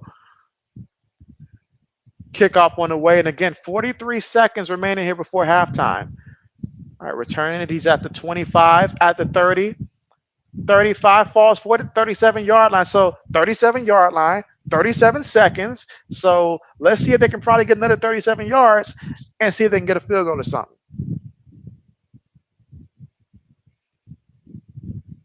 And so, but yeah, Mike, that was nightmare-ish. Brandon says, dang, your Bears are doing good, JB. That is not my team there, you know. But hey, they've been fun to watch. They've been fun to watch. They have been fun to watch. And just a reminder for everybody that's on, me and Old Man, we will be streaming tomorrow. And it's going to be more of just a casual, you know, talking sports, whether we're talking NFL, college football, and stuff like that. You guys bring questions and stuff like that to the stream. That'll be great. We'll just have a great time. And we'll also be doing our weekly picks as well, since we have the NFL season coming up and also college football as well. Meanwhile, Chris scrambled, got out of bounds. That's the important part, getting out of bounds there. You still got 2 timeouts to work with. But with 31 seconds here, let's see if they can find a way to get some points. I know right now Lewis has got to be very annoyed to see that they've already scored 20 points. I believe it said the over-under. What was the over-under at, Lewis, if you're there? Was it like 34.5 or something like that? All right, 2nd and 9. And let's see. O says, yes, show up and let's have fun. Braden says, for anyone new here, JB is a huge oh, come on, man. Oh, my goodness. I turned my head for a second. Oh, my word. Wow. That's a touchdown for the defense. Oh, my goodness. Caught JB sleeping on that one. Wow. So the defense coming out here, making the play, getting some points here. And that time he got hit while he threw it. But, man, another play here. And this is Chris's 2nd interception so far this game here. But that time he got hit while he threw it, which did mess up the trajectory of the ball there. But, man, the DB, he was rating on it, read it, saw it, came up, made the play, did Bears type of things, and there you go. All right, meanwhile, extra point. It's good. So it's 21-7. We got some points, but it came from the defense. And so Lewis is like, yes. He's like, you know what? The heck with it. The heck with it. Let's see. CD says, hold on, let me move there. All right, CD says, Mob, you see EA delayed it until tomorrow. And so Mike says 63-21 Raiders and Chargers. I remember that game as well. I remember that. We still got former Raider players calling that one out. That's the time that JB's fantasy team realized that I was in shambles because Justin Herbert was my quarterback, and I realized that I made a mistake trading away. Who did I trade away? CJ Stroud and all like that to try to acquire some more players because I thought Justin Herbert was going to be doing decent towards the end of the season. Did not work out. Terrible move by me. Cost me my season potentially. Let's see. O says CDs. Yeah, EA horrible. They got you blocked. That's right. They did. That's right. I remember you did tell me that they did block you. How did that happen again? Let's see. Braden says made my college football conference prediction today, and so word. I got to check it out. All right. Meanwhile, Kansas City on the return here. 25 hops over a player and stumbles out at about that 29-yard line. O says, I told him they can fix glitches that help people, but not give me my stuff. Bunch of clowns and went in. And so you went too hard on him to get blocked. Oh, man. That's insane. It's a CD says, oh, how nice. I'll be here tomorrow, but I'm trying to make a playoff run, finish 5-1, going for the Super Bowl, 9 in the mutton. So bet. All right, so they're going to go ahead and take a knee and take this one to halftime. And so right now at the half, Chicago up 20-7 right now. And so if you're Chicago, you're feeling great. Both quarterbacks have looked good. Defense has looked great and stuff like that. And so you'd like to see a little bit more from the ground game. If there's some negatives there, you'd like to see a little bit more from the ground game there if you're Chicago. But, man, let's see. Braden says, it's not a video. Typed it down. And so, okay, bet. Well, definitely, do bring it tomorrow. If you join the stream tomorrow, bring it tomorrow and stuff like that. And then, we can talk about it then. So do bring it tomorrow if you do end up joining the stream. But man, that's insane. I had forgotten all about that, Ode. I really did, that you had gotten blocked. Oh man, that's crazy. That is crazy. But we are currently right now here at the half against Chicago. They're currently 3-0 right now in the preseason. They're up right now 20-7. Again, both teams, no Caleb Williams for Chicago, and for the Kansas City Chiefs, no Patrick Mahomes, and also no Carson Wentz. But plenty of big time plays in this one. And we still have obviously a whole second half to go. But man, the most impressive part so far for Chicago has got to be the passing game. If you're Chicago, you have to feel really good about the passing game so far in this one by both quarterbacks that you got to see. And again, just to recap, Brett Rypien, 9 of 13, 106 yards, no touchdowns, no interceptions. Tyson Bagent, 3 of 6 for 57 yards through the air, no touchdowns, no interceptions. Again, both quarterbacks were not sacked. So you got to like that about the offensive line as well, that both quarterbacks were not sacked in the first half. Meanwhile, for Kansas City, for Chris, he was 8 of 14, 57 yards, no touchdowns, but two costly interceptions. Two costly interceptions. Because one was in the red zone after your team had just made a special teams miracle. You had just got the ball, great field position in the red zone due to the special teams play, and then you threw a pick and stuff like that. But I get it. That happens. I've seen it quite a few times already in this preseason and stuff like that. But then you throw a pick six before the half. You can't do that. Those two things hurt because you took away points from your team and you gave points to the other team. You just can't do that. And so that was a tough break for the kid. Tough break for the kid. I hope he gets to play a little bit more in the third quarter and get some positive plays going. But man, that's tough. Braden says he will. CD says I contacted EA cause EA help because you got a gift card for points and the card was invalid. They said we're working on an issue and never responded. And if you had Twitter, you'd get blocked probably. And so, oh yeah, that's how it works. That's how it works. That's how it works. I mean, if there's any company out there that if JB can literally go to Twitter war with and stuff like that, it won't be a gaming company and stuff like that, but it would be PayPal and stuff like that. I am still bitter about 3 years ago shutting down my PayPal account for no reason and stuff like that. So yeah, PayPal, I want my one with them. So honestly, but yes, let me go ahead and change the question here. We can go ahead and get the next question up here. So we did AFC, so it's only natural that we go ahead and put this up for the NFC as well. And so you guys let me know how you feel about the NFC playoff picture. You said you'd be too ridiculous, and so it's ridiculous. And so yes, absolutely. If you ever want to take JB's advice, don't store your money on PayPal. That's the best advice JB can give you today. Just don't do it. Just don't do it. All right, but again, currently right now here at the half. All right, so Mike's going to start with the NFC East for us.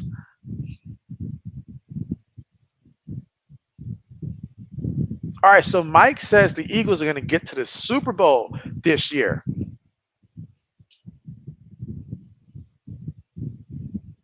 Let's see how he feels about the rest of the NFC East. All right, and meanwhile, let's see. That Indianapolis and Cincinnati game is already in the third quarter with about 3 minutes and some change left to go there. And Indianapolis is currently up right now, 10-7 in that one. All right, so CD says Lions, 49ers, Eagles, Falcons, Rams, Cowboys, Packers. And so that's a good list. That's a good list. Give me a dark horse, CDs, a dark horse, one or two dark horses that you think that you didn't mention there that could potentially make it instead. And let's see, Mike says Commanders 2, Giants 3, Cowboys collapse. So he's predicting the fall of all falls, which means they probably paid CD and then CD probably just who knows, because that's typically what happens when you pay a guy. It pan out. But I don't know why they're playing around. They need to go ahead and pay CD Lamb. I mean, because they used him so much, and they're gonna need him again. I mean, no offense to Zeke. You know how I feel about Zeke, a former Ohio State Buckeye guy, but he is not the Zeke of old anymore. In fact, he's an old Zeke, so that's not good. You're gonna have to pass the ball just as much as you did last year, maybe even more. And who are you gonna throw it to? Other than you do have Brandon Cooks, I get that, but come on, come on. What are we doing? You need to pay the man so you can get in there and be ready. All right, so Mike says Lions, Bears, Packers, Vikings in that order. He says 49ers will be runners up. So you got the 49ers losing to the Eagles in the NFC playoff picture. Okay. He said Rams, Seahawks, Cardinals. So he says the Bucks and maybe the Bears. Depends on Caleb. You say you're not a fan of him. You think he's an idiot. He wants all this stuff. He hasn't played a snap. And so you do remind me of all those requests of what was it, part ownership or something like that he wanted. And so he did ask for a lot. He did ask for a lot. I will say that. But yeah, I do like your picks. I do. And so I do like your picks. So give JB 1 second here. Oh man.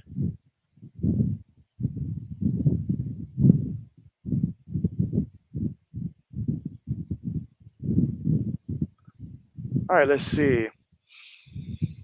RC says, JB, you like Jason Bean. And so good old Jason Bean making the most of his opportunities down there in Indianapolis and stuff like that. And so I do. I'm not going to say like over the top and stuff like that, but I do. Now, who I really have been trying to eye, and I cannot, get enough of his progress and stuff like that is Spencer Rattler and stuff like that. Just, I feel like Spencer Rattler, if given the opportunity and knowing Derek Carr, whether it's by injury or late in the season, if the Saints aren't where they want to be at and stuff like that, and then all of a sudden the head coach is desperate, like, hey, I need to do something to spark this team and stuff like that, then I can certainly see a situation where Spencer Rattler could potentially take over and stuff like that. But yes. And let's see, Mike says Falcons, Saints, Tampa, Panthers. I think I would go Falcons, Buccaneers, Saints, Panthers, and stuff like that. In which I could see a scenario where if he does take another lead, that maybe it's just I got that Saints at third and stuff like that, but we'll see how that plays out. Let's see, CD says, yeah, that was ridiculous. If that was true, he said Brady would own the Patriots, and so that's literally. Let's see, Mike says Caleb's going to be good. CD says the dark horse for the AFC is the Colts and the Browns. And so, okay. Colts and the Browns. I can see the case for both squads. I really can. And so, okay. Let's see, RC says they told Caleb Williams to ask for a trade to another team, but he decided to chance it and look to make his mark for an often mediocre to horrible Chicago Bears franchise. RC, that felt personal right there. That felt personal. I'm not going to lie.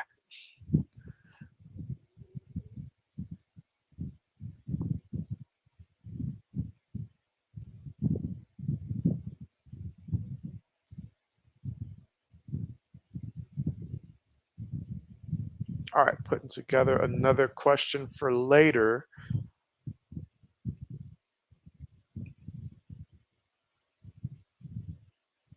All right, just setting that question for later.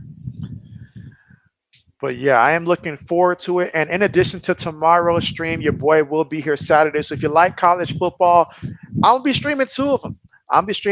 That's right, JB streaming two. I have not streamed two games on the same day, dating back to the year that Kellen Mond was a rookie for the Vikings, and I think that was the second game streaming Minnesota versus I forgot who they play. I think the Broncos during that preseason game, but I did two that day. That was the last time that I did a doubleheader. It was extremely tiring, but times have changed. So we'll see if JB's got the strength to make it through two again. Or with all the support, though, I believe I can. All right, let's see. City says if the Browns had a decent quarterback, they would be a lock. And so that's the fact. And I've had these conversations with a couple friends who know football and stuff like that in terms of what do they expect this year from Deshaun Watson and stuff like that. Because I feel like he's only starting because of how much you paid him. And it's kind of that situation where If you had to do it all over again, you wouldn't do it. But because you did do it, you're hoping that it pans out for you and stuff like that. But you're right. You're right. Because we saw what happened when Joe Flacco took over. We saw what happened and stuff like that. He was able to get Njoku going. You get him going. You get Amari Cooper going. Those are guys that in the middle of a game, they get hot, they elevate and stuff like that. Those are what I call elevators and stuff like that. So, yeah. So I can definitely see the case there for the Browns. Let's see. Oh, it says RC, it's true that you, but did you really have to say it like that? Yes. Let's see. RC says, JB, you haven't streamed 2 games since December 6th of 2015. Your boy wasn't even live in 2015. Wasn't even live. But yeah, you got to go back to, I think, 2020. Is it 2021? I think. I think 2021 is the last time I did 2 streams in a day. But what can I say? New season, JB's back. And so why not? Why not? I mean, the fact that JB is streaming on a Friday tells you that JB has made some changes. So looking forward to it. But I really wanted to get more college football games in there.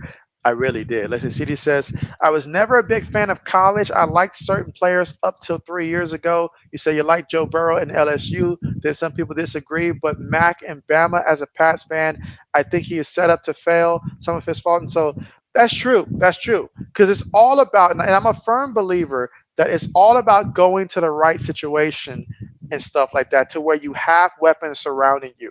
And the best, like his number one receiver was supposed to be Devontae Parker.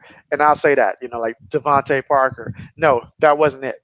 That wasn't it. The Tyquan Thornton thing didn't pan out because of the injuries and stuff like that. He didn't have no help. And then we traded linemen. After Brady left, we traded one lineman to Tampa Bay for what? Like a fifth-round pick and stuff like that because we didn't want to pay the man and stuff like that. And so just kept giving players away for nothing. And so we gave away Gilmore for like what, a late round pick. We were just giving away big name players for nothing and stuff like that just to reboot and stuff like that. So, and then Matt Patricia. Don't get me started on Matt Patricia as an offensive coordinator. In what world was that supposed to be a good idea? Like, especially for a for any quarterback, but for a young quarterback, Matt Patricia, Matty P, really? I mean, don't get me started on him. That's right. It was Shaq Mason. Appreciate that, Oda. It was Shaq Mason. We just gave him away for nothing. And let's see. CD says, and in 2022, you picked Michigan as a team. Much rather NFL, though. And so, oh, man.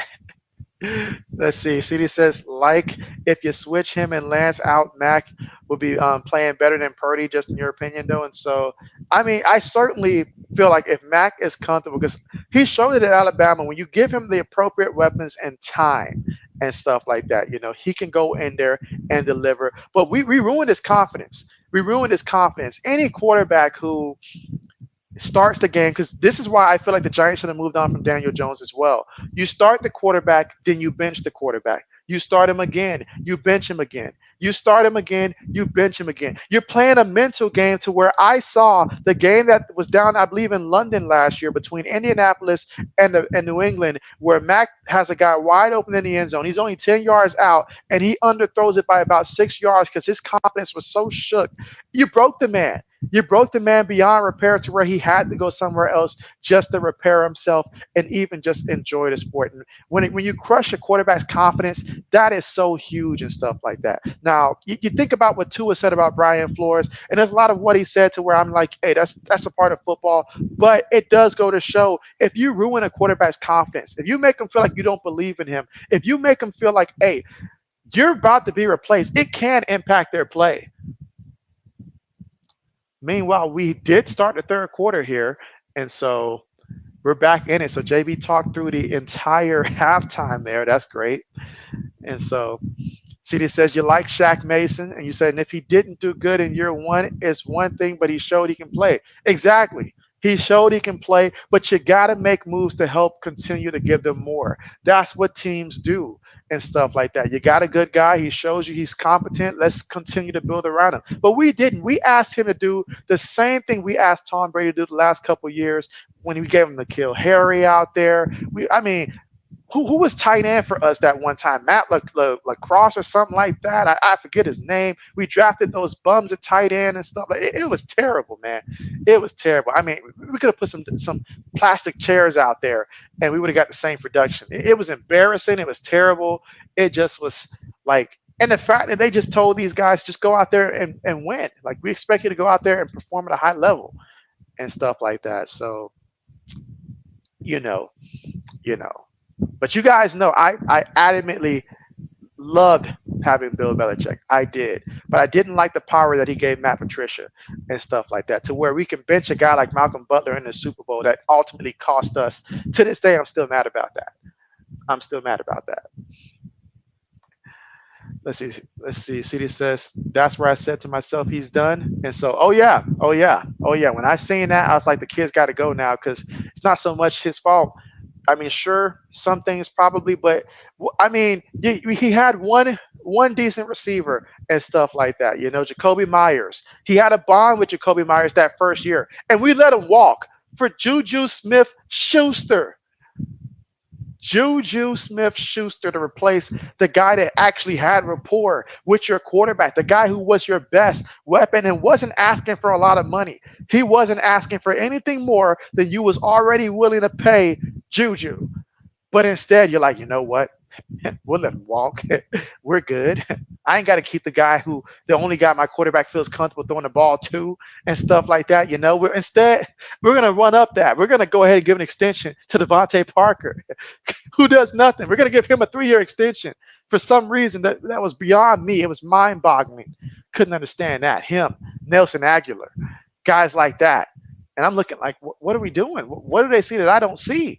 And stuff like that. You know, but don't get me started. Don't get JB started. Right. Meanwhile, you see players currently right now on a knee, an injured player out there. And I got to see the play because I was talking, didn't get to see when it happened there, but oh man, they're bringing out the stretcher here.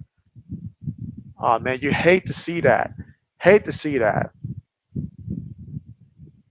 Hate to see it. All right, let's see.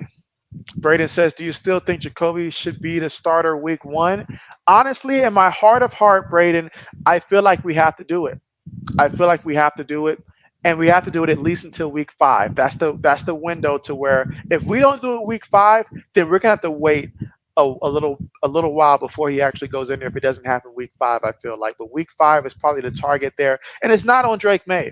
It's not on Drake May. But I do want the offensive line to get a little bit of chemistry before we put him out there because I do not want to see another quarterback lose confidence in our system there. So let's go out there. Hopefully Jacoby Brissett finds himself right now because I've been the few times I've seen him in the preseason. I'm not going to sit here and pretend that I've been super impressed and stuff like that. But he is a veteran, and if he can just give us what he gave, I think what was it, Washington 2 years ago, or was he with Cleveland 2 years ago? One of the two, I can't remember. But 2 years ago, that version of Jacoby Brissett.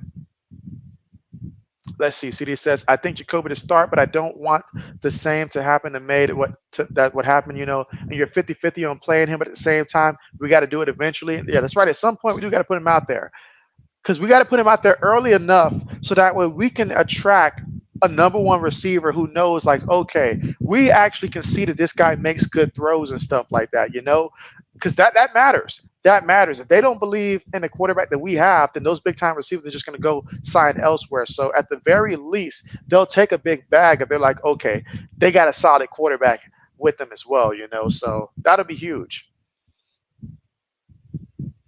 Let's see. Braden says, I think Flores was a good coach, but not a good coach for Tua's development like Mike McDaniels. And so I would compare, I got to think about this one. Because I know what I want to say. I got to remember his name real quick.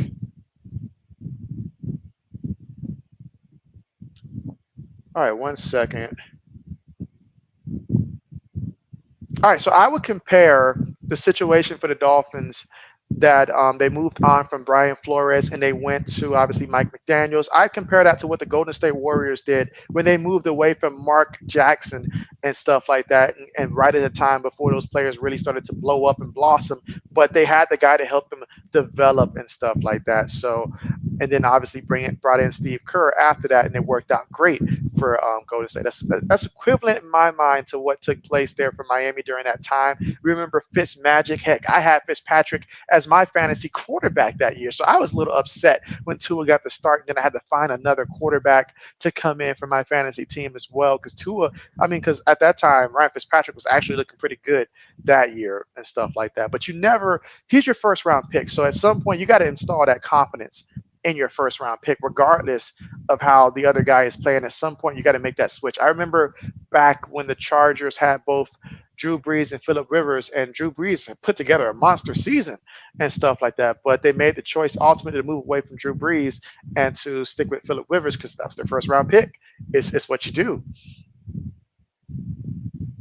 Right, but again, if you're just tuning in, there was an injured player for the Bears in which they brought out the stretcher for him. And so obviously you see him right there in the stretcher as they're taking him to the locker room. So definitely lots of prayers for him. And man, you hate to see it. These guys are out here, they're competing. You know, they're competing for so much. All right, let's see. O says, I understand why they brought Juju in because they thought Juju was better rack player. CD says, I like Bill. I appreciate what he did, but what he did the last 4 years, he's the reason why we're bad right now.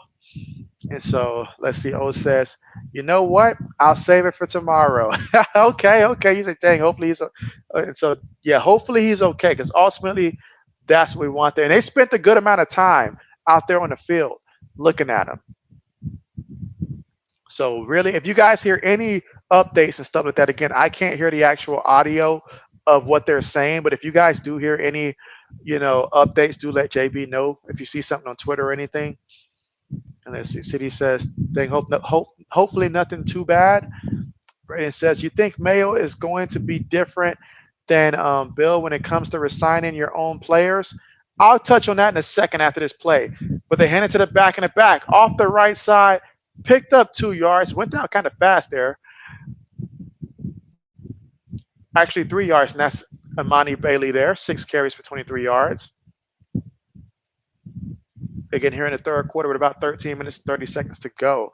But yes, Braden, because they've already shown that. They spent the only money that they've spent has been re-signing players on the defensive side, especially. Kendrick Bourne got a new deal as well. And so the younger guys, the only person who did not get paid that really deserved it was Matthew Judon, but they were valuing age more than anything. If you're a younger player and you've shown potential, they went ahead and paid you. Ramondre Stevenson, he got paid also and stuff like that. So they've already shown that they were opening the wallet for a lot of guys because Bill would have said, no, you guys going to play this one through to the very end and then probably let you walk. So they've already shown that. Kenneth, what's good with you?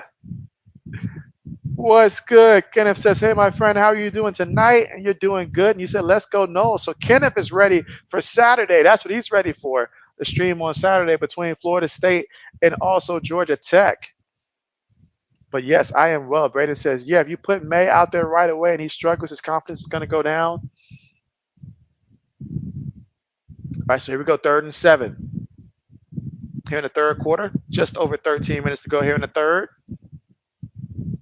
Chris in the shotgun, gets a snap. Bear sending pressure. Chris steps up. Chris is going to run. Oh, got him by the leg that time. Excellent tackle there. Excellent tackle. Tried to make a miss there, but did not happen. Picked up 3 yards there, and now 4th down coming up. 4th and 4 from Chicago, 46-yard line. And so let's see. Mike said, last year, you say, did the Dolphins win a playoff game? No, I believe no, because their only playoff game was against Kansas City, and it was in bad weather down there in Kansas City. So no, they did not win a playoff game. But who knows when was the last time the Dolphins did win a playoff game? Who knows that one off the top of their head? Who was the opponent and what was the year? Let's see. Brandon says he gave a thumbs up, it looked like. And so, well, that's always positive. We always look for that and stuff like that. And so, yeah, those scary moments, absolutely. And let's see. Mike says, you think 2000? Let's see. Mike says, when college football starts. So, yeah, Mike, this Saturday. And again, it's not going to be all the teams. It's just going to be a couple teams this Saturday. But the biggest names is going to be Florida State versus Georgia Tech. That's like, the only really big matchup there in terms of like the major conferences and stuff like that. But I'm streaming two games on Saturday, Mike. I'm streaming both Florida State and Georgia Tech, which would be like, 12 o'clock Eastern time, I think. And then the Nevada versus SMU game, which is like 8 o'clock Eastern, I think. Meanwhile, first and 10, Bears, run the ball. This is Felix Jones Jr. And if you're thinking Felix Jones in the backfield, that's right. He was a former receiver, converted running back, played at the University of Tennessee. Picked up a couple yards there, 3 yards on a carry. He's got 2 carries for 6 yards in this one. And let's see, Mike says wild card 2000. That's right, against Mr. JB's favorite team, the Indianapolis Colts. I know he's upset that I brought that up, but yes, that's the Dolphins' last victory, led by Dan Marino. 2nd and 7, play fake, throws it, incomplete. Was it picked off? Is it picked off? Is he in the end zone? Talk to me, ref. Is it good? Let's see if they move the points or not. Now, did that ball hit the ground or not? That's what we want to know. Still waiting to see what the referees say here. Mike says JB wasn't born yet. So, JB's older than that now. Let's see. Oh, it says December 30th, 2000, Colts. There you go. There you go.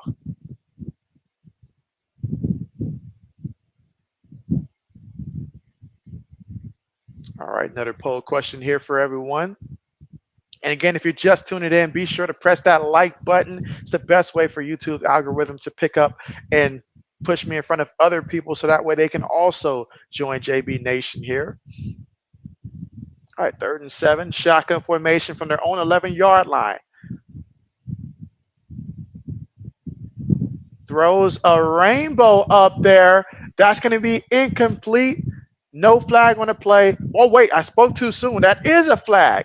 And he was targeting Tyler Scott. And he just threw up one of those rainbows where, what can a DB do? The ball's up there. You're guarding the guy. The guy's coming back to the ball and stuff like that. Not much you can do as a DB, but, they're going to call that one pass interference.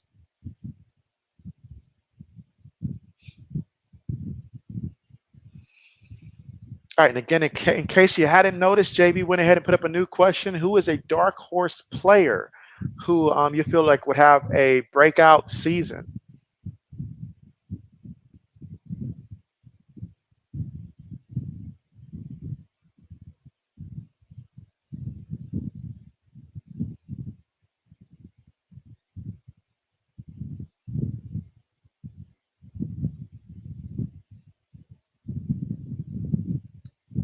All right, so off the left end there, picks up 3 yards there. So now we got 2nd and 7 coming up here from the Chicago 40-yard line. Again, 3rd quarter here with 11 minutes and 14 seconds to go.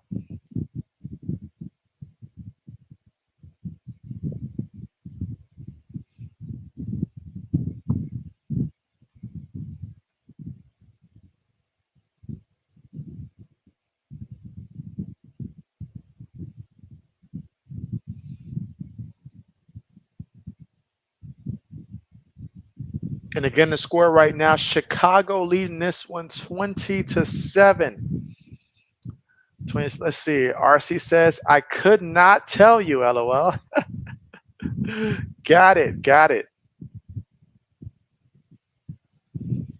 But yeah, a guy that I've mentioned, and now that he has secured the quarterback job, which I anticipated that he was going to, was Gardner Minshew. I felt like Gardner Minshew would have a chance to really show what he can do. I mean, you think about Raiders. When are the Raiders really at their best? When they have a savvy vet. You think of like the Rich Gannon days. You pick up a veteran who comes in, been a journeyman throughout his career, gets the opportunity. And I feel like last year was a positive stride for him with and down there in Indianapolis when he took over for Anthony Richardson and stuff like that, and almost brought Indianapolis down there to the playoff. They were super close. It literally went down to the last play and stuff like that against the Houston Texans to determine who was going to make that playoffs and stuff like that. So we'll see if that experience helps him elevate to that next part. But RC says JB, who is a great dark horse player. And so for me, I'll say Gardner Minshew is that player. Now there's a couple other candidates as well that I could say that would probably be more popular, like Josh Jacobs down there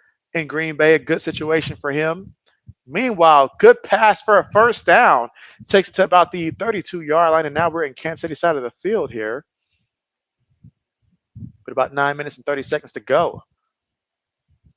Scott is saying you can't cover me at this point. Scott's got about like 5 catches for 84 yards tonight. RC says Colts have pulled away, JB. And so, oh man, what's that score looking like?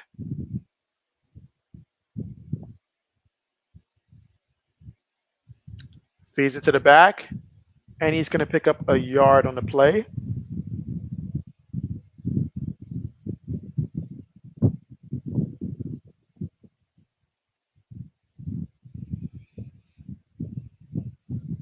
Let's see. RC says, JB, man, I think I put so much time into women's and men's basketball. That's why I'm so hit or miss on other sports. And so, hey, you follow where your passion is at.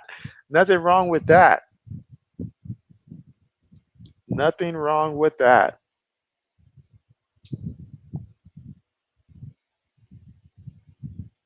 Gives it to the receiver.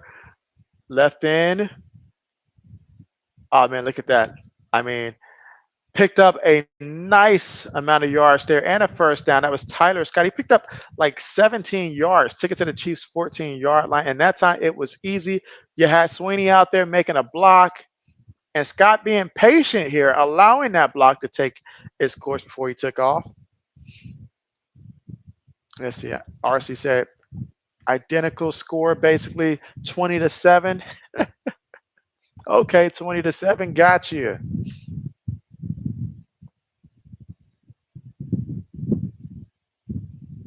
Throws one up there. Oh, incomplete. Incomplete, but there is a flag on a play.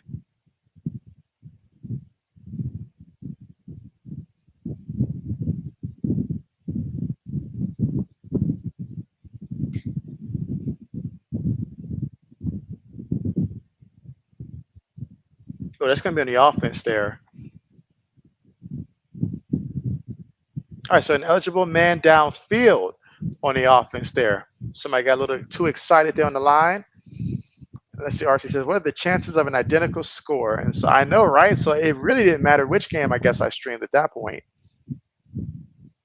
All right, but after that penalty there, backs him up, 1st and 15, 7 minutes and 48 seconds to go here in the third. Shotgun formation. 3 receivers, 1 tight end, 1 back. Gets the snap, steps up, throws it, complete it, shakes away from 1 guy. Trying to fight for it, was pushed in the back forward there. And again, that was Bates there with the big time play. That's going to pick up a nice chunk of the yards back on that one.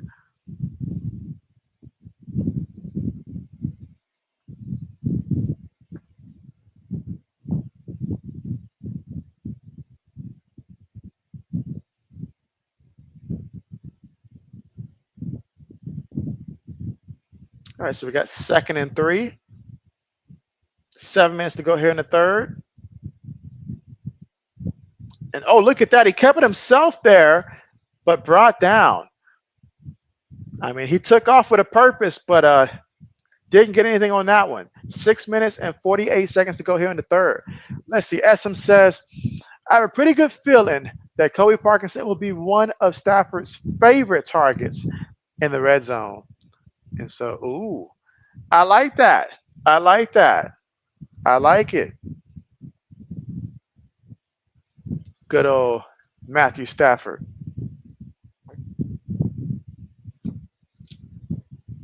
Third and 2, play fake, throws this one into the end zone.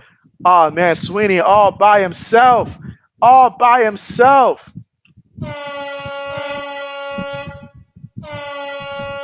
How about that? So we got another touchdown here for Chicago, and they're up right now 26-7. So I guess no more identical score, RC, but wide open all by himself. I don't know what the safety was doing there. I mean, go to the locker room, grab your stuff, keep going. You know what it is. Like, you just can't do that. You just can't do that.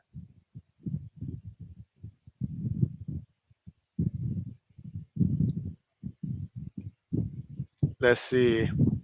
SM says, so that's his dark horse player. RC says, I probably had a better chance of winning the lotto than both games finishing with the same score. You say, just weird. And the extra point is good, 27-7. And so Lewis says he's gonna be drinking to that one. He's gonna be drinking to that one. Oh man, Lewis. But hey, I'm concerned about your bet. Has it already went over, or what was the over under line again? I forgot. And don't feel too bad. JB was off as well today. And we can thank the Rough Riders for that being the case.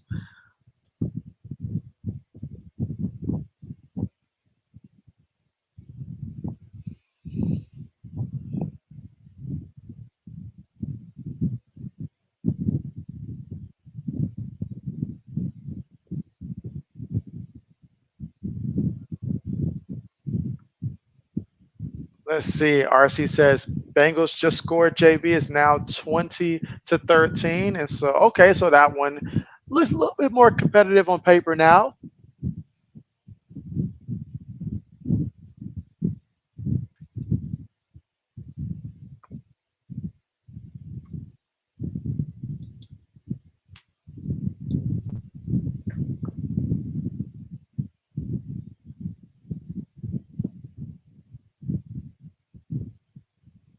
Let's see. RC says Bears are going to run the table. And so, yeah, let's see. Lewis took the under at 34.5. So right now, Lewis, according to my calculations here, you have zero room for error. Any other point is going to completely destroy it. I think you're satisfied with what you've seen. You're like, this is a good final score here.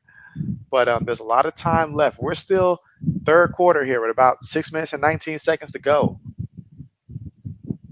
And our score is Chicago 27, Chiefs 7.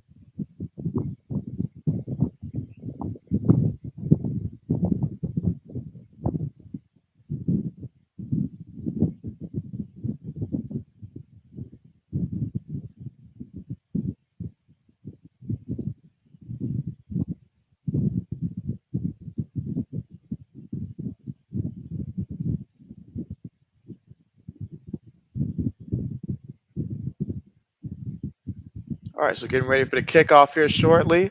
And with the Bears up by 20 points, let's see how Kansas City responds. Let's see, RC says, JB, we are 17-10 right now. You say with 13 games left. Okay, so 17-10. Okay.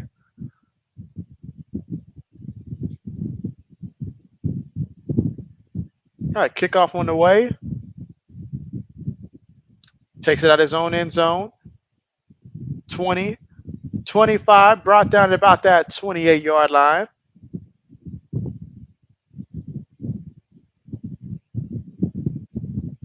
right, do my eyes deceive me, or is that Ian Book? Oh man, last time I did a Ian Book stream, it was a nightmare. I mean, the kid went out there and just, whoo, it was tough to watch. Let's see. So that's the Las Vegas Aces record. Okay, 17-10 is nice. All right, shotgun, run and play, fighting for it, keeping them legs moving. Picked up about 6 yards there on the carry, and about 6 minutes left to go here in the third.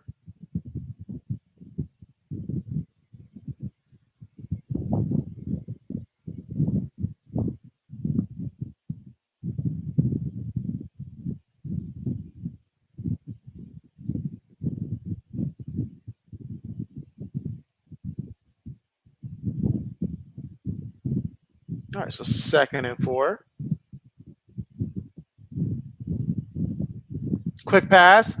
Oh, that's right. The DB was coming up, read that one. That's going to be a loss of yards on the play there. And again, just try to get something quick out there for him. And say, not for a two-time defending champion, it's not. And so it happens, RC. It happens. You said New York Liberty are 26-4. You said that is nice. RC said he expects perfection each and every time. All right, 3rd and 8. Shotgun formation here. 3 receivers bottom of the screen. And the Bears send 4. Quarterback steps up. He's on the move. Brought down here for the sack. And Ian Book, he will not be booking any flights today.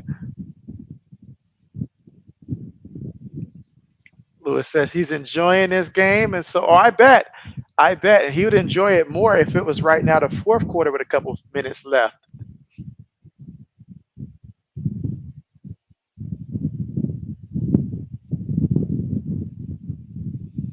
All right, so that's going to bring out the punt unit.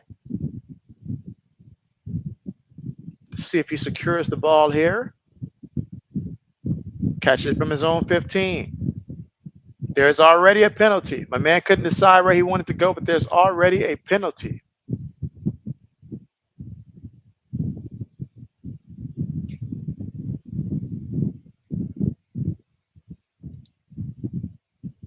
All right, let's see. And again, just another reminder that yes, JB will be live tomorrow with Old Man Mob as we're going to be talking football, whether we're talking NFL, college football. We'll be talking both. And then Saturday, I'll be here for college football.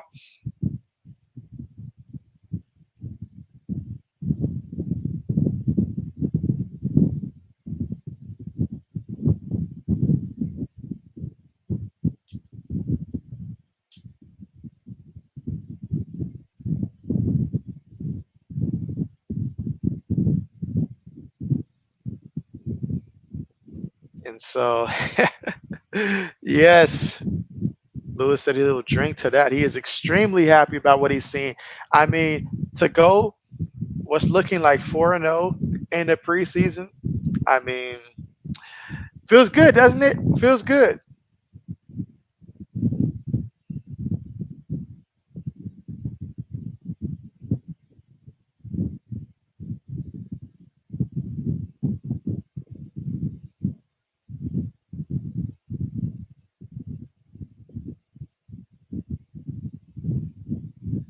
All right, let's see.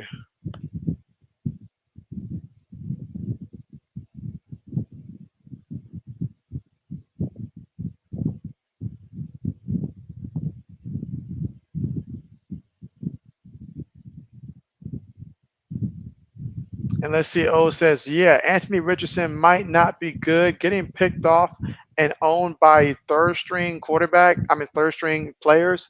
And so, I mean, Indianapolis, they should have gotten this man some more reps. He needs the reps. He only played 5 games last year.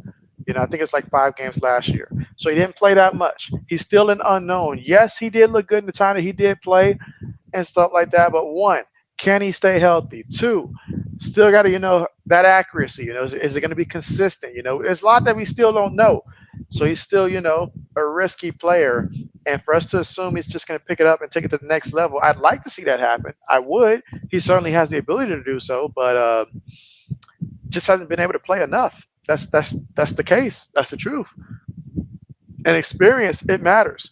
It helps you when you're going through your progressions and your reads to be a little bit more quicker and stuff like that. That's probably why he's running so much, because he's having to run to compensate for just, some plays.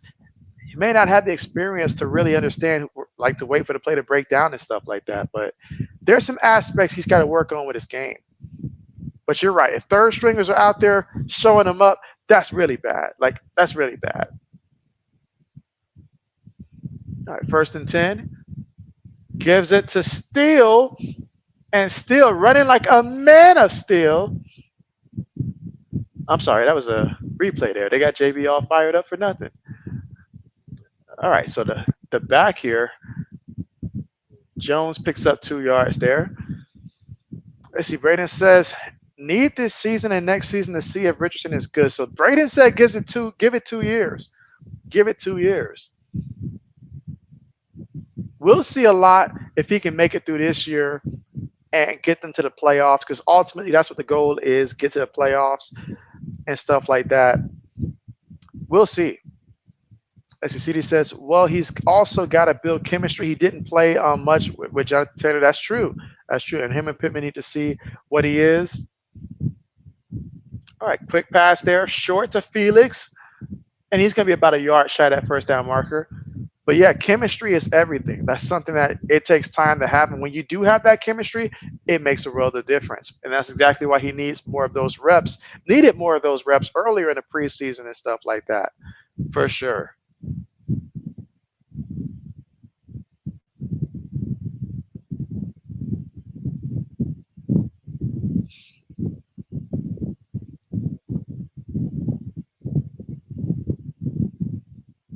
All right, so we got 3rd and 1. Receiver goes in motion. Quarterback's going to keep it. Can he get that first? My man sidesteps across that first down marker. But let's see where they mark him at. Do they mark him there for the first, or do they say that I think they're saying that he's short. Let's see. When did the knee go down? All right, so he is short.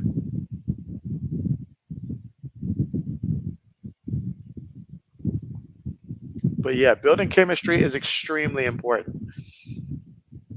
And again, here in the third quarter with 2 minutes and 24 seconds to go, Bears up 27-7 here, facing a 4th and 1.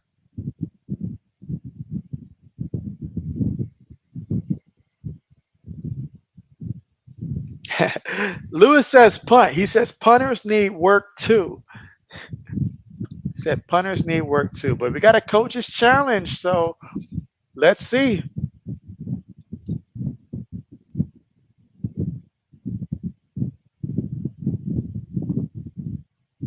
Let us see.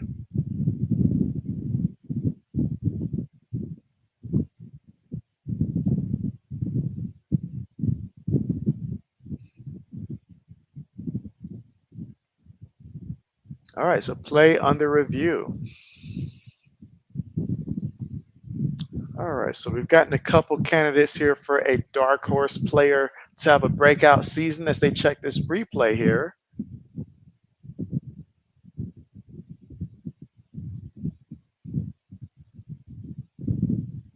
I mean, that's going to be close. It's going to be close. It all comes down to, is there enough evidence to overturn it?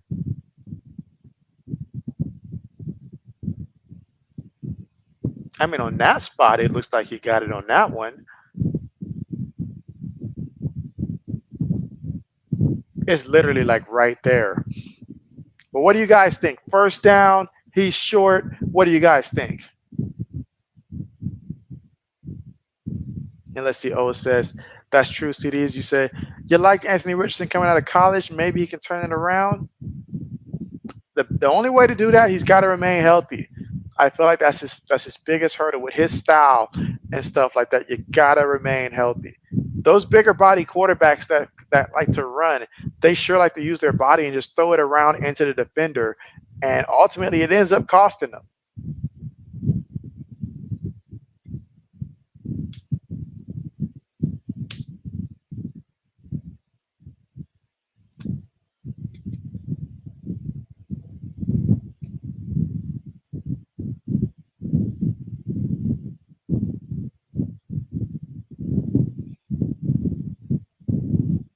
And again, we're in the third quarter with about 2 minutes and 24 seconds to go.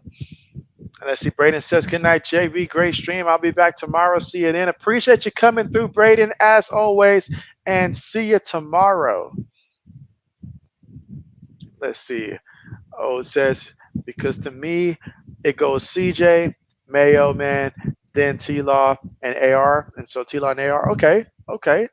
Let's see, CD says, he can use his run, but maybe run to create time in a pocket and he needs to slide more too. And so, yeah, he's got to learn to protect himself. That's something that these quarterbacks have got to learn and stuff like that. Because I cringed when I saw Joe Milton just run into a DB for like a was it a DB linebacker? It was a defensive player for no reason other than just because he could and stuff like that. And I'm thinking you are not thinking about your long term. Even if you are in a preseason game, that type of contact was not necessary and stuff like that. Got to show the coaches that you know how to protect yourself also. Let's see. Oh, says see you, Braden. But yeah, Braden, looking forward to seeing you tomorrow and have a great Friday.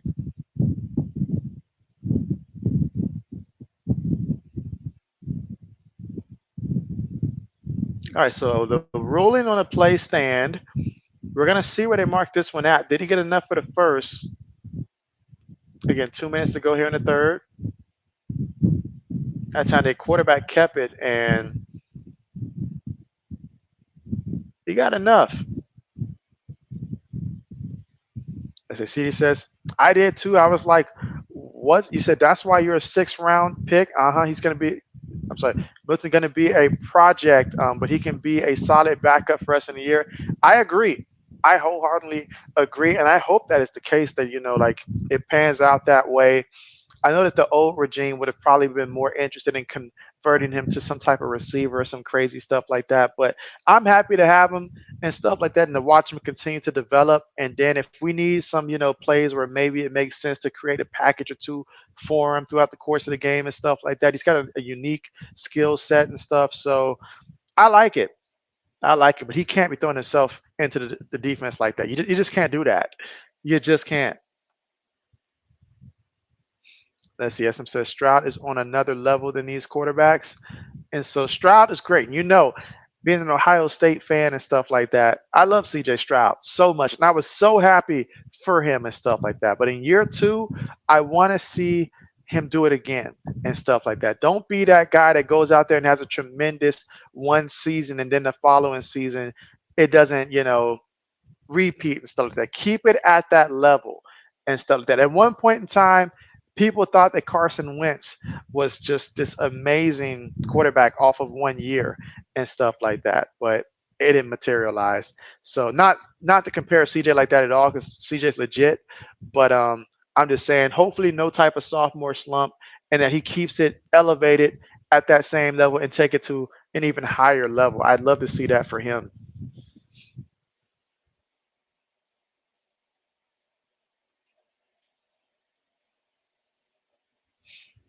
I mean, the great Nick Folk went out there and threw what, like 27 touchdowns and 2 interceptions, if I'm not mistaken, Nick Foles.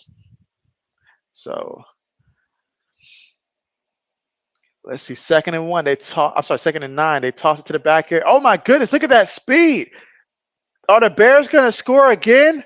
Are they going to do it to Lewis here? They are going to score again, and that's going to be a touchdown.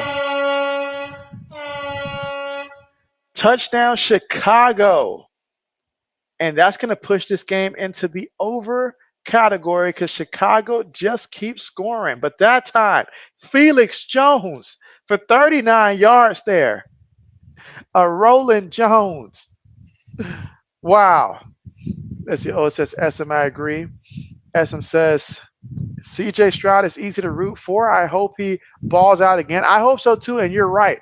Very likable guy. What I like about CJ Stroud and stuff like that, and what really separated CJ Stroud for me in comparison to like some of the other quarterbacks I've seen went through Ohio State and stuff like that, besides his natural throwing motion, was the fact that he used his own NIL money to ensure that his teammates in college all had suits so that way they can show up to the game looking nice, looking professional. He took that from his own money and he did that for his teammates. And that showed me the type of leader that he was at the collegiate level, CJ Stroud and stuff like that. So he's just a high character guy, does a lot for the community and stuff like that, soft spoken kind of guy. So high character guy. High character guy. And on the football field, he gets it. He gets it. He gets it. So let's see. Oh, it says, dang, Bears just running it up. They are. They are. I'm like, guys, wait for the regular season. Laney says, "Go Bears." What's the score? So the score right now is Bears 34, Chiefs 7. So 34-7. Chicago Bears on top. They won't stop scoring. It's offense, defense, scoring every way possible, just about. Wouldn't be surprised if they get a special team score at some point. Lewis says, "Ouch." He says, "That one hurts. Ouch." And so I feel your pain, Lewis. I do feel your pain. SM says, "I heard Stroud was throwing it everywhere against the Rams today in a joint practice." And so I believe it. I believe it. And so, but yes, really do love him. I mean, I miss him. I miss him at Ohio State. I do miss him. He set the bar really high. And he says, "Oh dang, I've missed a lot." Yeah, I mean, they had a pick six and stuff like that. You know, they got two interceptions off of Kansas City. Both were big time interceptions and stuff. I mean, it's been some of everything. You know, Tyler Scott. He's got 6 catches, 99 yards for Chicago. Felix Jones just ran like a 39-yarder into the end zone. I mean, guys are moving and stuff like that. Lewis says, "Had a bad preseason, 1-3-1." He said, "But at least the regular season, you'll know what to expect. It'll be a lot more consistency." So you got to love that aspect. But 23 seconds left to go. Kansas City snaps the ball. Kansas City trying to snap this streak. And look at that ball. Incomplete. Incomplete. Incomplete. Do these guys want to make the roster at this point? But again, if you're watching right now, your boy JB will be going live again tomorrow, joined by Old Man Mob. I'm sorry, yeah, Old Man Mob, and we are going to be talking a lot of sports tomorrow. Football, whether we're talking NFL, college football. So definitely, if you have the time around, was it 8 o'clock Eastern time, definitely do come out. All right, here we go. 2nd and 10. Out of the shotgun, draw play, and the back's going to pick up a yard. And that should take us to the end of the quarter with the Bears on top, 34-7. But wait, there's literally more. There's one more quarter left. SM says he'll be there, and guys, if SM's going to be there, that means everybody's got to be there, basically. I appreciate that. Yes, and if you have, topics that's on your mind and stuff like that, do bring it there on the chat and stuff. We'll do some pick'ems and stuff like that in terms of who we think is going to win and stuff like that moving forward. We'll discuss some of the remaining, preseason topics and stuff like that. We'll talk college football as well, obviously.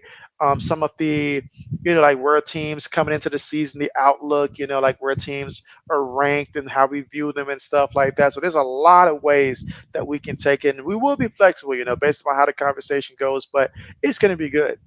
It's going to be good. And then after that, we'll follow it up Saturday with some college football. If you've been ready for some meaningful games, we'll have some college football games for you on Saturday, Georgia Tech and Florida State. I'll be streaming that game as well as Nevada versus SMU. So we'll have a doubleheader on Saturday. And so JB hasn't done a doubleheader in almost 3 years. So that's something to be stoked about for sure. Let's see. RC says, "JB, you want me to be there tomorrow?" Of course, RC. Of course. Of course. Might even be able to drop a little bit of knowledge for you for fantasy and stuff like that. Who knows? And so SM says college football. Got to get fired up about that.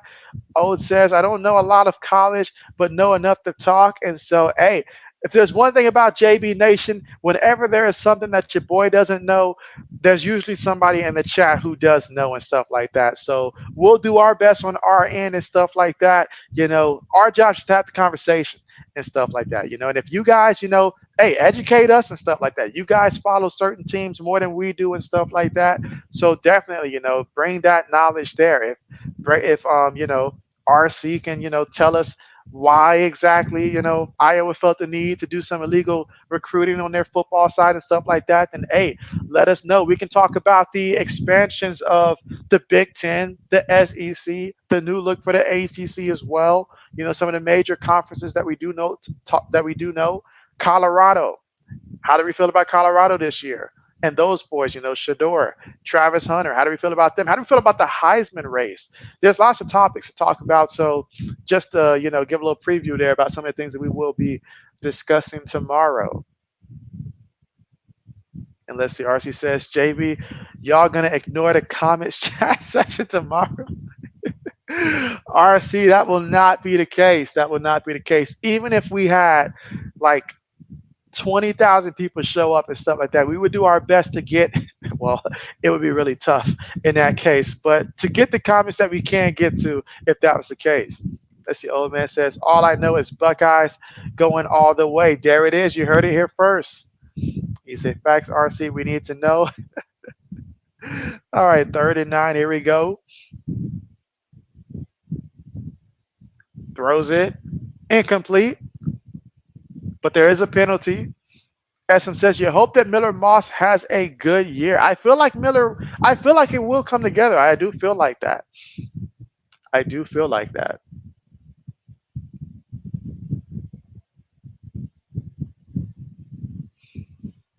Let's see. O says, got caught putting your hands in the cookie jar. And so, yes, I'm like, yes. But oh man, so many things to look forward to this year for college football. I mean, it's just a lot. Just a lot. And then some of the newer quarterbacks that I'm not too familiar with that I do want to look and see how do they look. You know, like how does Tennessee quarterback, how is he going to look this year and stuff like that. And then I know it's week 0 this upcoming week, but week 1, that Miami versus Florida game, you know, like is Miami going to do like always start off the year ranked and then slip up? Florida's got a tough schedule. They got a really tough schedule. It's going to be very hard for them. A good year for Florida might just be winning 6 or 7 games because of all the teams they have on their schedule and stuff like that. So all that stuff your boy will save for tomorrow and stuff like that. But we've got plenty of sports to talk about. Meanwhile, for the Chiefs, picks up the first down there. Number 9 there for the Chiefs. And again, we're here in the fourth quarter. And if you're Kansas City, you really just want this game to be over right now. No lie. You're like, we just want this one to be over.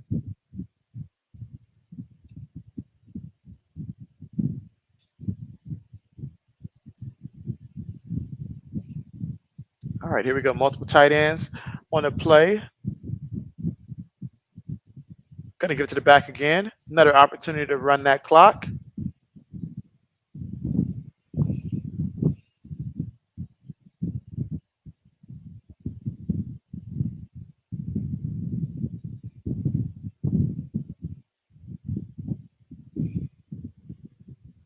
All right, let's see.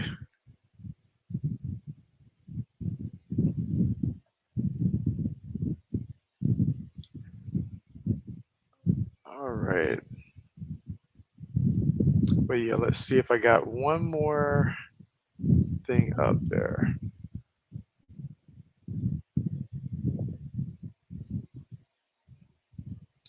All right, hands it off again. Oh, look at that. Fighting forward, takes it to the 30-yard line and a first down for Kansas City. So right now they're just trying to go ahead and just power it in there. Power it in there.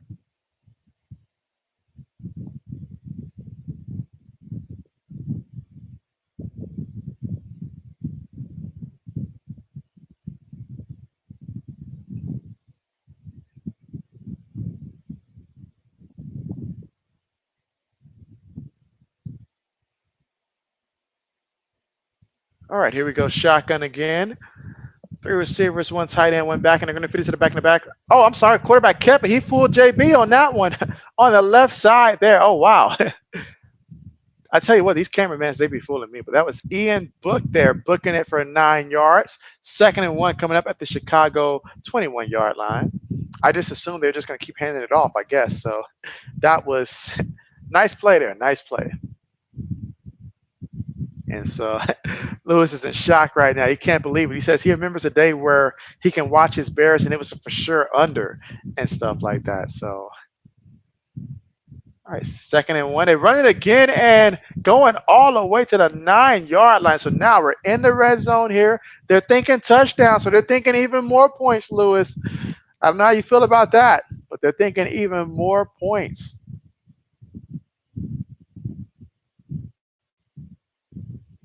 And I'll put up a question since we were talking college football up there. I'll put the question up there. which college football team do we expect to see the biggest drop off from last season? Now, I said the biggest, but just you can say just a big drop off from what they were last year to what they're going to be this year. What team's falling off that cliff?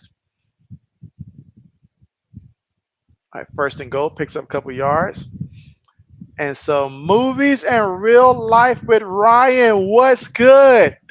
And he says, JB, what is good, bro? And so, I am good. How about yourself? And you say, JB, who am I? And so, oh man, here we go. The guessing game here. Movies and real life with Ryan here. Churning the brain here. Churning the brain. Let's see. Ode says, all right, here we go. Second and goal. And Brooks throws it, gets the catch, and that's going to be a touchdown. So, yet again, another touchdown. I'm going to break the air horn today with all these points. All right, so Lewis says Colorado. So, are you telling me that they're going to go from how many games did Colorado win last year? Like, what, 5 games or something like that? That they're going to go from being like a 5-win team to winning like 0, I guess. And let's see. O says, "Oh, Miss, they lost their offense." And Judkins said, interesting pick there. Interesting pick one. And let's see. Movie says, JB, I'm someone that comes in the chat often, but I am using my real name and second account. And so, someone that comes in often, but using, you know what? It's gotta be RC. It's gotta be RC. Gotta be RC. Gotta guess that that's what the R stands for. That's JB's best guess right there. Oh, Laney says Oregon. You think Oregon is gonna drop off? Okay, okay. Now that would be a shocker.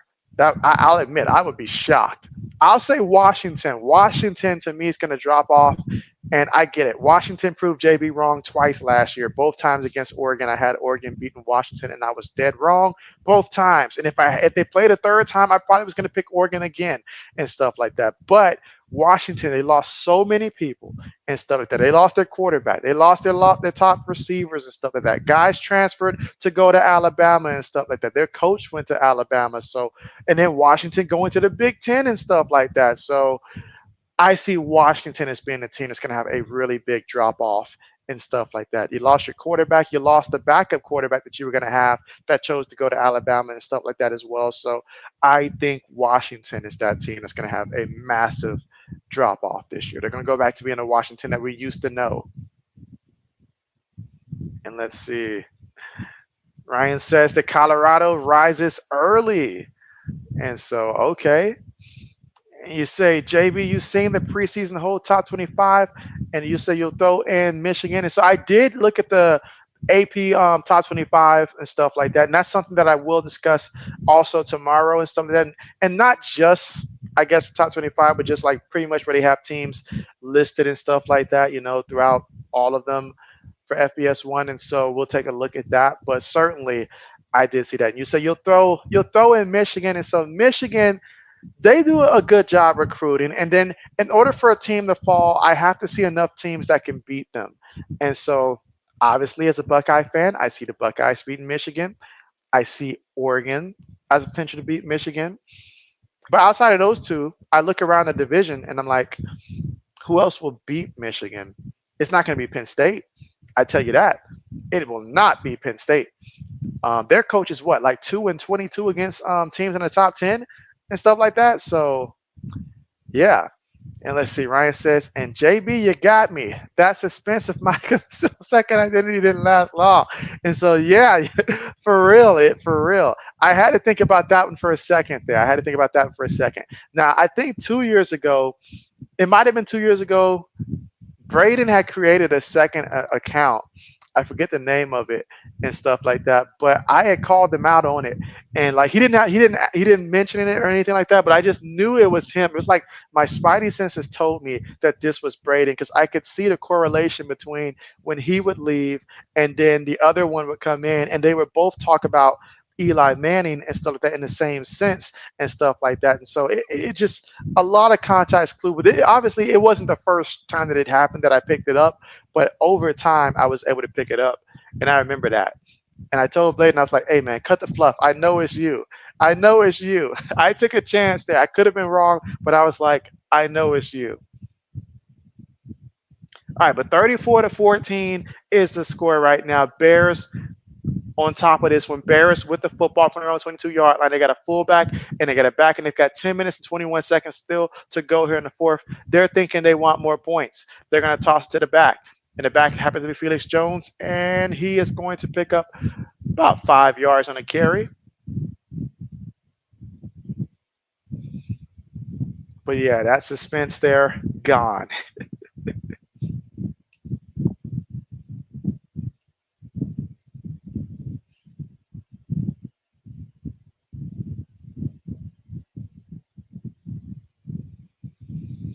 All right, let's see. So Ryan says, "Who's quarterbacking the Chiefs tonight?" He said Taylor Swift on the center. On the center, they look horrible. And so, oh man. Meanwhile, all right, Felix Jones again showing what he can do as a running back here. I mean, still trying to fight forward there, although play's already dead.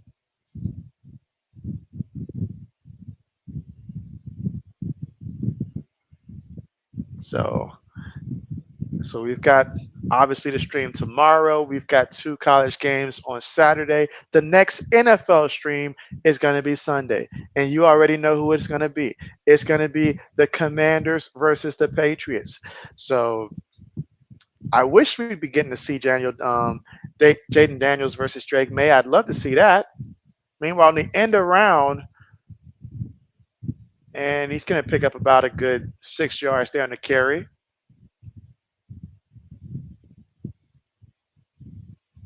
And so let's see. Ryan says, "JB, I'm surprised this channel got 179 subs." And so what kind of like stuff are you posting on that channel? And 179, that's good. That's good, especially if it's not a channel that you use often. All right, 2nd and 3. Shotgun here from their own 39-yard line. 8 minutes and 20 seconds to go here in the fourth. Up 34-14. Quick pass. Caught by the receiver. Got to make somebody miss. Doesn't. He lost the ball there. Oh my goodness. Is this really going to be how they score? They got it within the 10-yard line there. Wow. So he really just forgot to secure the ball. I mean, bruh.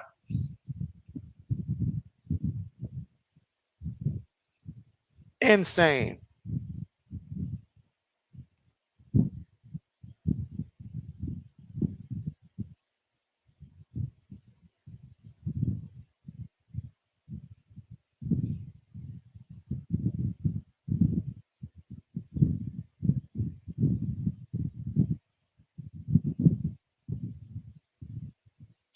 All right. Let's see. Ryan says, "I don't frequently it that much, but just real life talks, life messages, and movies and TV shows reviews. That's it. So real life talks, so you get deep with the public and stuff like that. Is what you're telling me. You're out here giving life advices and stuff like that.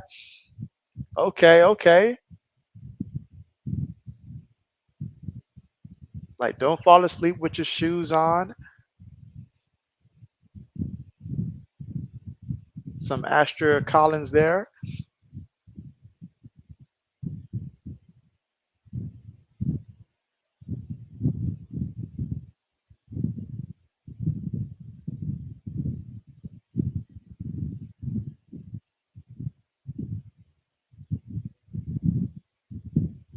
Okay, but now I'm very curious now in terms of being able to see the life messages that you're out here preaching to the public.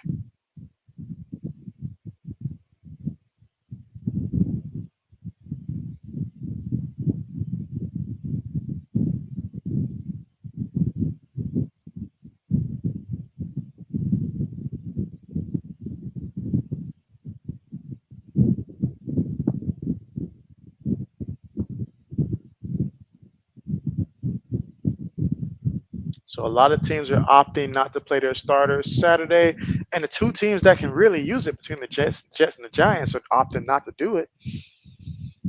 Let's see. You say your recent video was about not letting bad mental health tear you down. That's important. That is so important.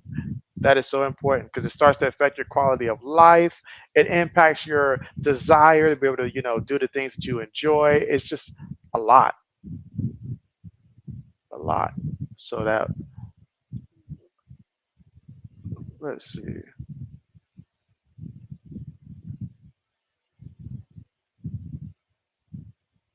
And again, still at the commercial here.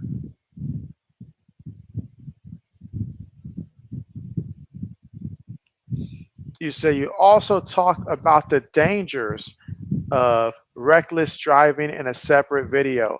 I'm going to have to recommend all the Kansas City Chiefs players and personnels take a hard look at that video because they don't seem to get it and stuff like that. But absolutely, absolutely. When I think about people like that I've known that's, my age and stuff like that, or a little bit younger, a little bit older and stuff like that, but just, like my age group and even younger than that, like a lot of people like pass away when it comes to these like just car accidents in general, and it all comes down to somebody just drinking or distracted or something like that, or just going too fast. And so it's just so many people have lost their lives that way. But yes, that and mental health both very important. Laney says yes, it does. Mental health is a bad thing. And so yes, and so absolutely, if you don't take care of your mental space, then it impacts everything. You find yourself waking up and you're like, you know what? I don't feel like doing anything. And so it just really just destroys so many things. And so let's see. But you said why? Because all you see in your city and every city is you visit is people driving like they are at the Daytona 500. I'll tell you what though, that's how it feels like when I was going through Alabama and stuff like that. Like you'll catch a couple cars during a certain time at night is when it starts and stuff like that. Like especially around that Birmingham area and stuff like that. And they'll just be just racing. You can't do it throughout the day; it's too much traffic. But once the traffic's gone, they come out at night. They be having smoke screens and everything out there. It's just crazy. All right, but here we go. Third and goal, under 7 minutes to go here in the fourth quarter. Tight end goes in motion. Quarterback throws it up there, and that's gonna be. Is that another touchdown? No, it's incomplete. He said it's incomplete. And Sheets is like, come on, man. He's like, I need this. He's like, give me a chance. He said, I made the play. Let's see. 1 foot, but does that elbow come down also? I know they say if you get the elbow as well, then he might have gotten an elbow in there. It's worth looking at.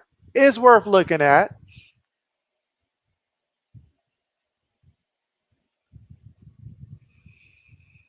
Let's see. Ryan says, JB, in the daytime they speed here. I seen a car take 5 lanes at, oh wow, 5 lanes at one time during a busy time of the day. And so that's insane. That's insane. That's insane. That is insane.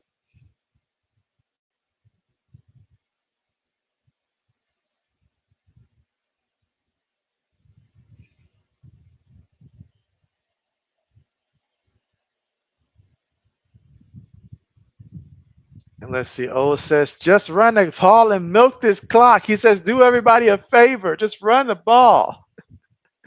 Lewis says, Thirsty Thursday wasn't thirsty at all with all the scoring. You're buzzed. And so, Lewis, I mean, you had to think coming into this game, though. I mean, the Bears they've been moving the ball fairly well and stuff like that. And so I get that traditionally you take the under for the Bears, but I would have thought Bears plus an Andy Reid led team, maybe the over. But it's easy to say it in hindsight. Easy to say it in hindsight. But we gotta get you back on a running record, man. Like we gotta get you back winning soon.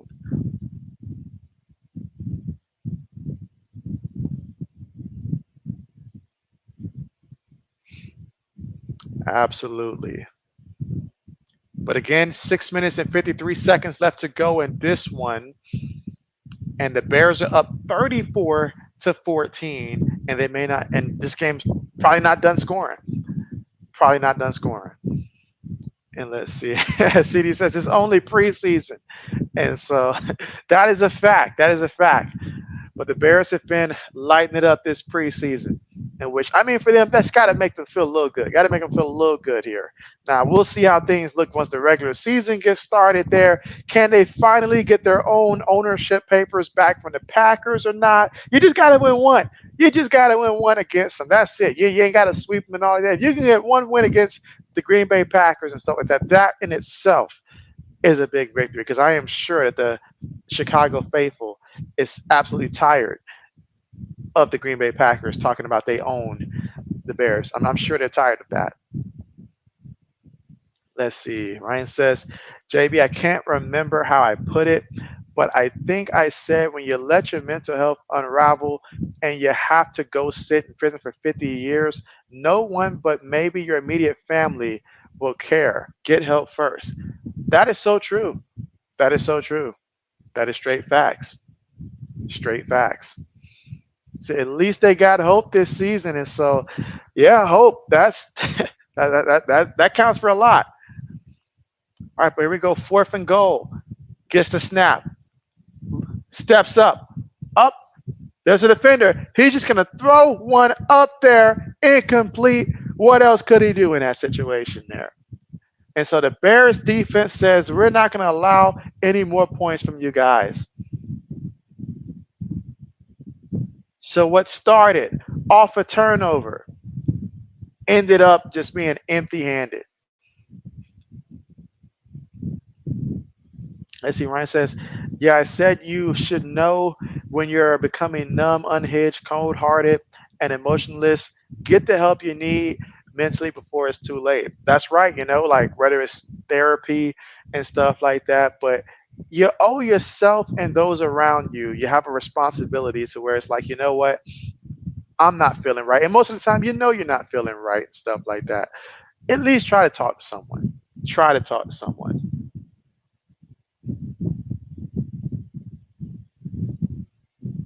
And Sweeney's going to pick up about 3 yards and a catch, 3-4 yards.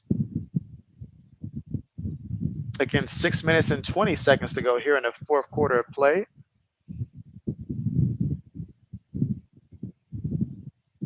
And this is right around the point of the game where JB starts to look like, okay, time to start getting something to DoorDash here. It is tiring talking for this long, but actually I feel like I have more energy than I normally have in the past.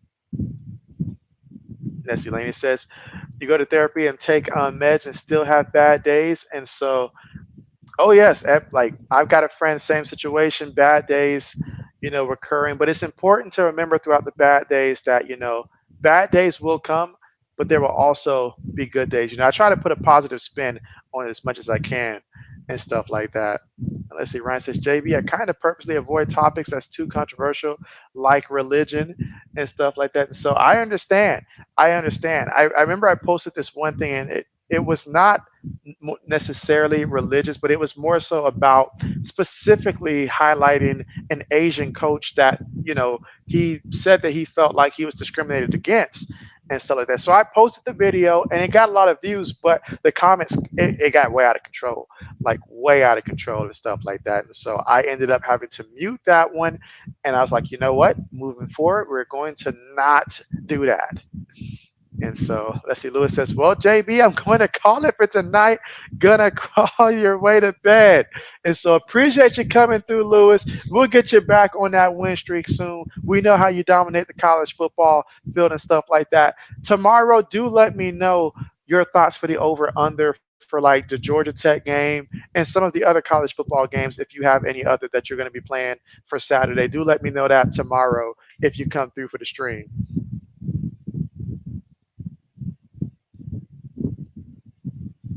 I could even pull up my sports book towards the end and stuff like that and talk, player props, over, under. Although JB won't be no help against the spread and stuff like that, I'll have to stick to total points, but all of that. All right, let's see. Let's see. Ryan says, Laney, I agree. None of us are exempt from crashing, but we need to remember life is something we have to be thankful for, no matter how dark things get. And so, well said. Well said. Well said.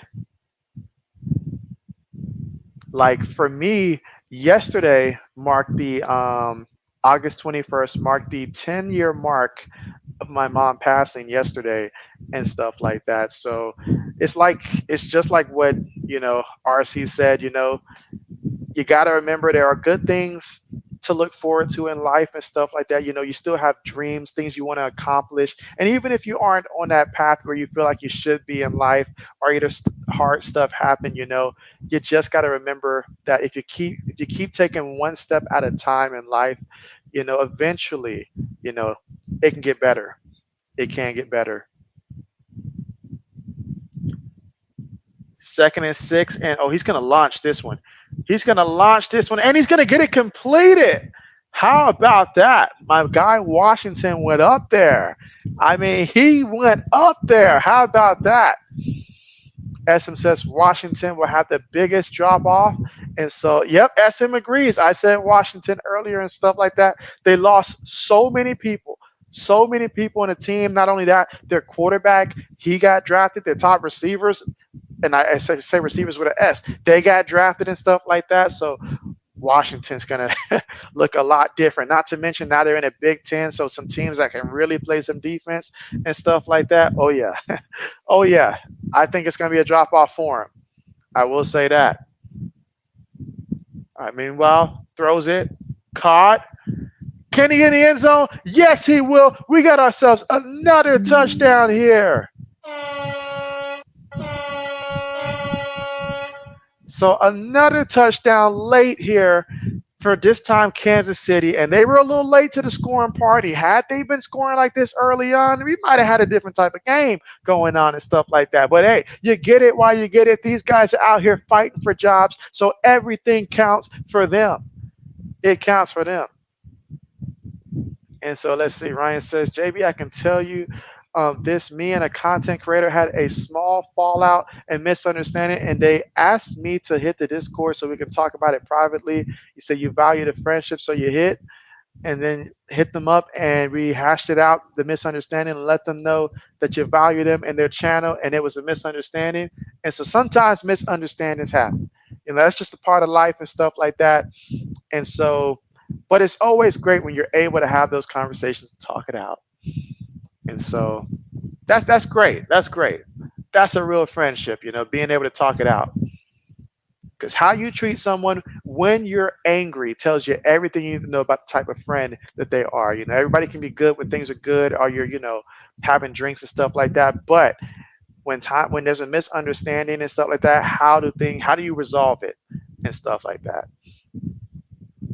As Elaine says, yeah, I know I have a few things to look forward to in life, your kids and your dog. And so, oh, I didn't know you had a dog. Tell me about your dog and stuff like that. And that's wonderful, kids and dogs and stuff. Yes, they give you that extra added motivation because you want to be around to help them. Like you can safeguard things for them. There's things that only you can teach them and stuff like that. Like yes, they can learn life experiences, but there are some things that you can save them time to learn about life and stuff like that. So absolutely.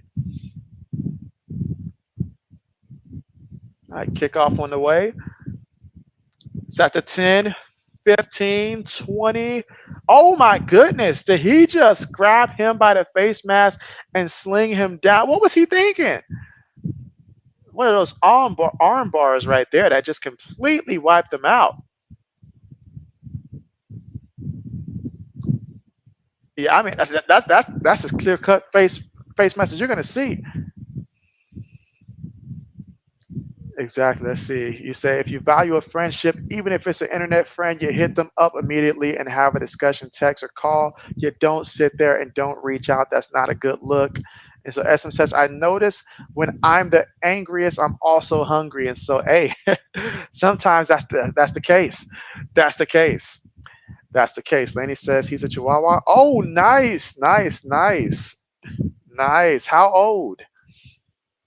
How old? Meanwhile, old man, how is Teddy doing? I haven't heard about Teddy in a hot minute. How is Teddy? Again, that is the cat that old owes. And so let's see. You say that's a way to get cut or not able to make the. Yeah, that's right. Because you're harming you're potentially harming the other person. Nobody wants anybody out there that's really going to be a threat. And at this level as well, you're playing right now. You're competing for a spot. So that means you got to be disciplined, not just good, but also disciplined. And a play like that, you just can't do. You just can't do. Like that's completely against everything that they coach you up and stuff like that. That means you're going in there too high, you're reaching, you're grabbing a face mask. On a kick return, nah, that like the NFL is trying to get away from that type of stuff. So absolutely. Let's see. Ryan says, plus JB, have you seen online here? Sometimes things get really messy when two content creators fall out. It's no good when it ends up, all spread over social media. And so, yeah, that's just gasoline to the fuel right there. You know, absolutely. I've seen it far too many times. And so Laney says two, and his name is Poncho. Nice, nice. Okay, okay, okay. Ryan says, Laney, how many kids you got? And let's see, Teddy is good. Oh, it says Teddy is good. He's about to be one on the 28th. Oh, nice, nice. So that's coming up soon. And he's bigger than ever and still running around and got him a brother named Cassie. And so, oh, not when did you get Cassie? And how old is Cassie? Essam says that Essam misses his Chihuahua mix. Enjoying him. That's right, dog is awesome. And so, yes, yes. Okay, okay. Nice, nice. Nice. And so, yeah, absolutely. All right, second and 15. It's a toss play, and Felix Jones is getting a lot of work. But look at him go.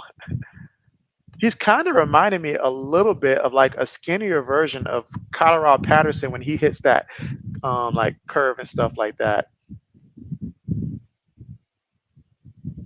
Let's see, Laney says two boys, 28 and 22.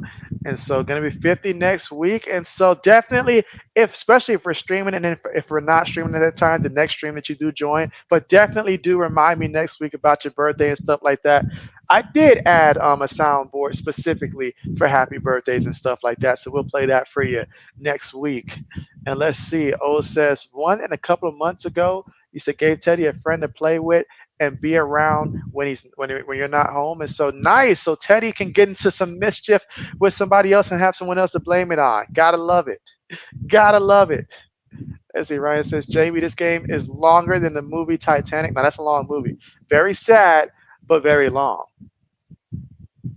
But you know what? JB's got a movie for you guys.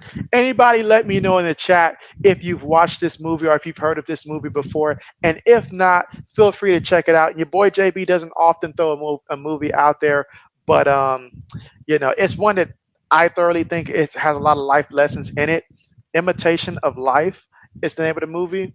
And so let your boy know if you heard of it. But if not, definitely something to potentially check out right there, Imitation of Life. And again, that's if you don't mind a sad story and stuff like that.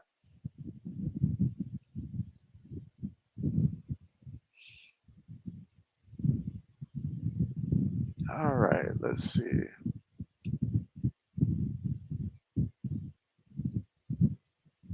All right, so I'll go ahead and put up one more question for us since we're at that 2 minute mark. Laney said, never heard of it.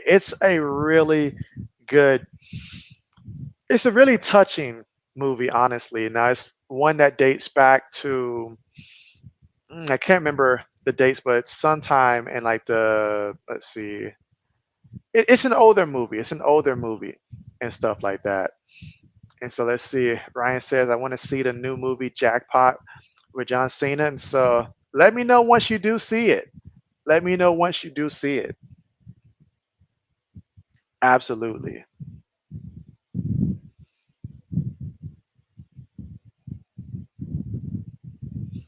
And I remember the time where I put Mike on sweet potato pie and stuff like that. I mean, Mike came back the next stream and told me that sweet potato pie was a game changer and stuff like that. My favorite pie, but I also got to make sure I don't eat too much of it, obviously. But sweet potato pie is something that JB recommends. If you haven't had it, it's worth giving a shot. You might just fall in love with it.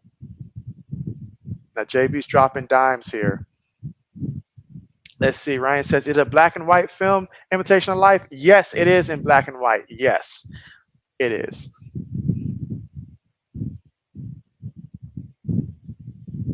Absolutely.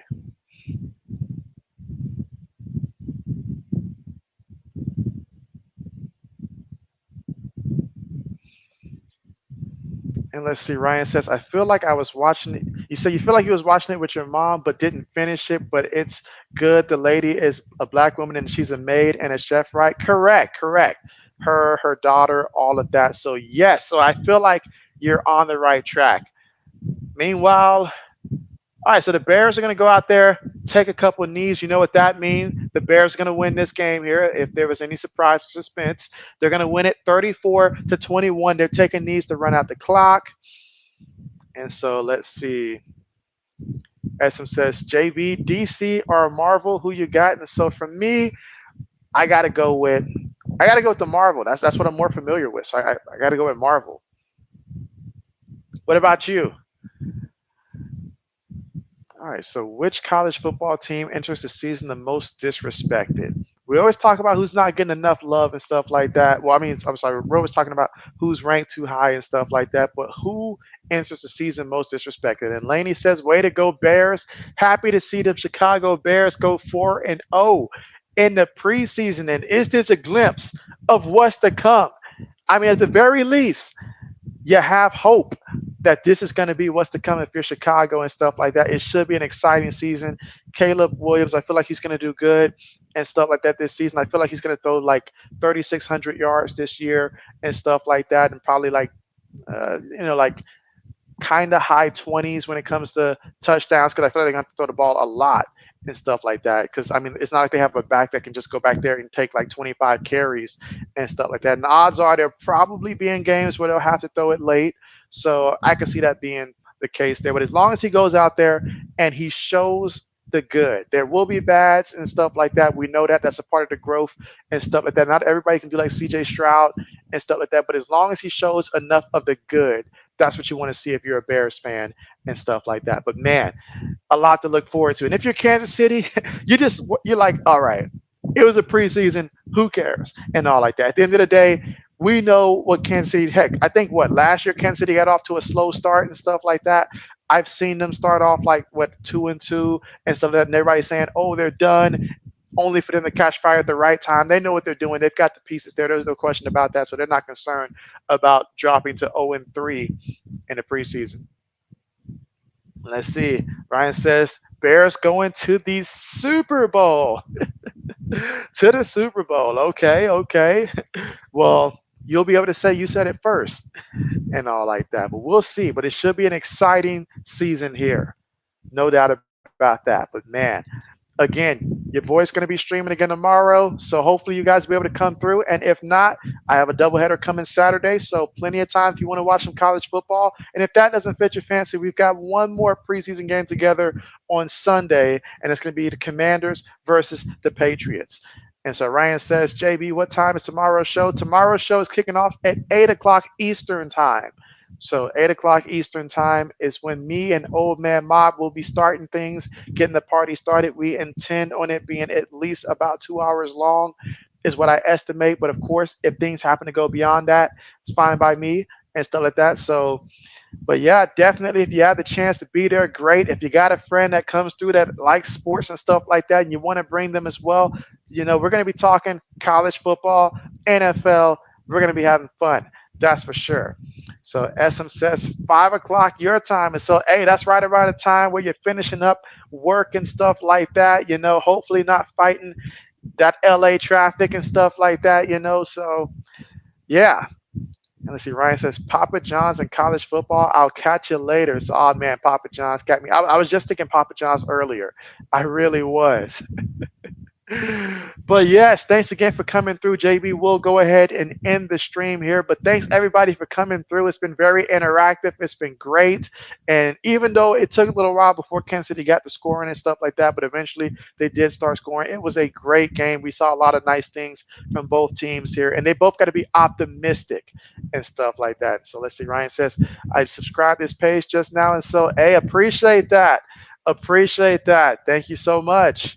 Yes, and so now JB will go ahead and end the stream here. But again, see you guys whether it's tomorrow or over the weekend. We got a lot of streams.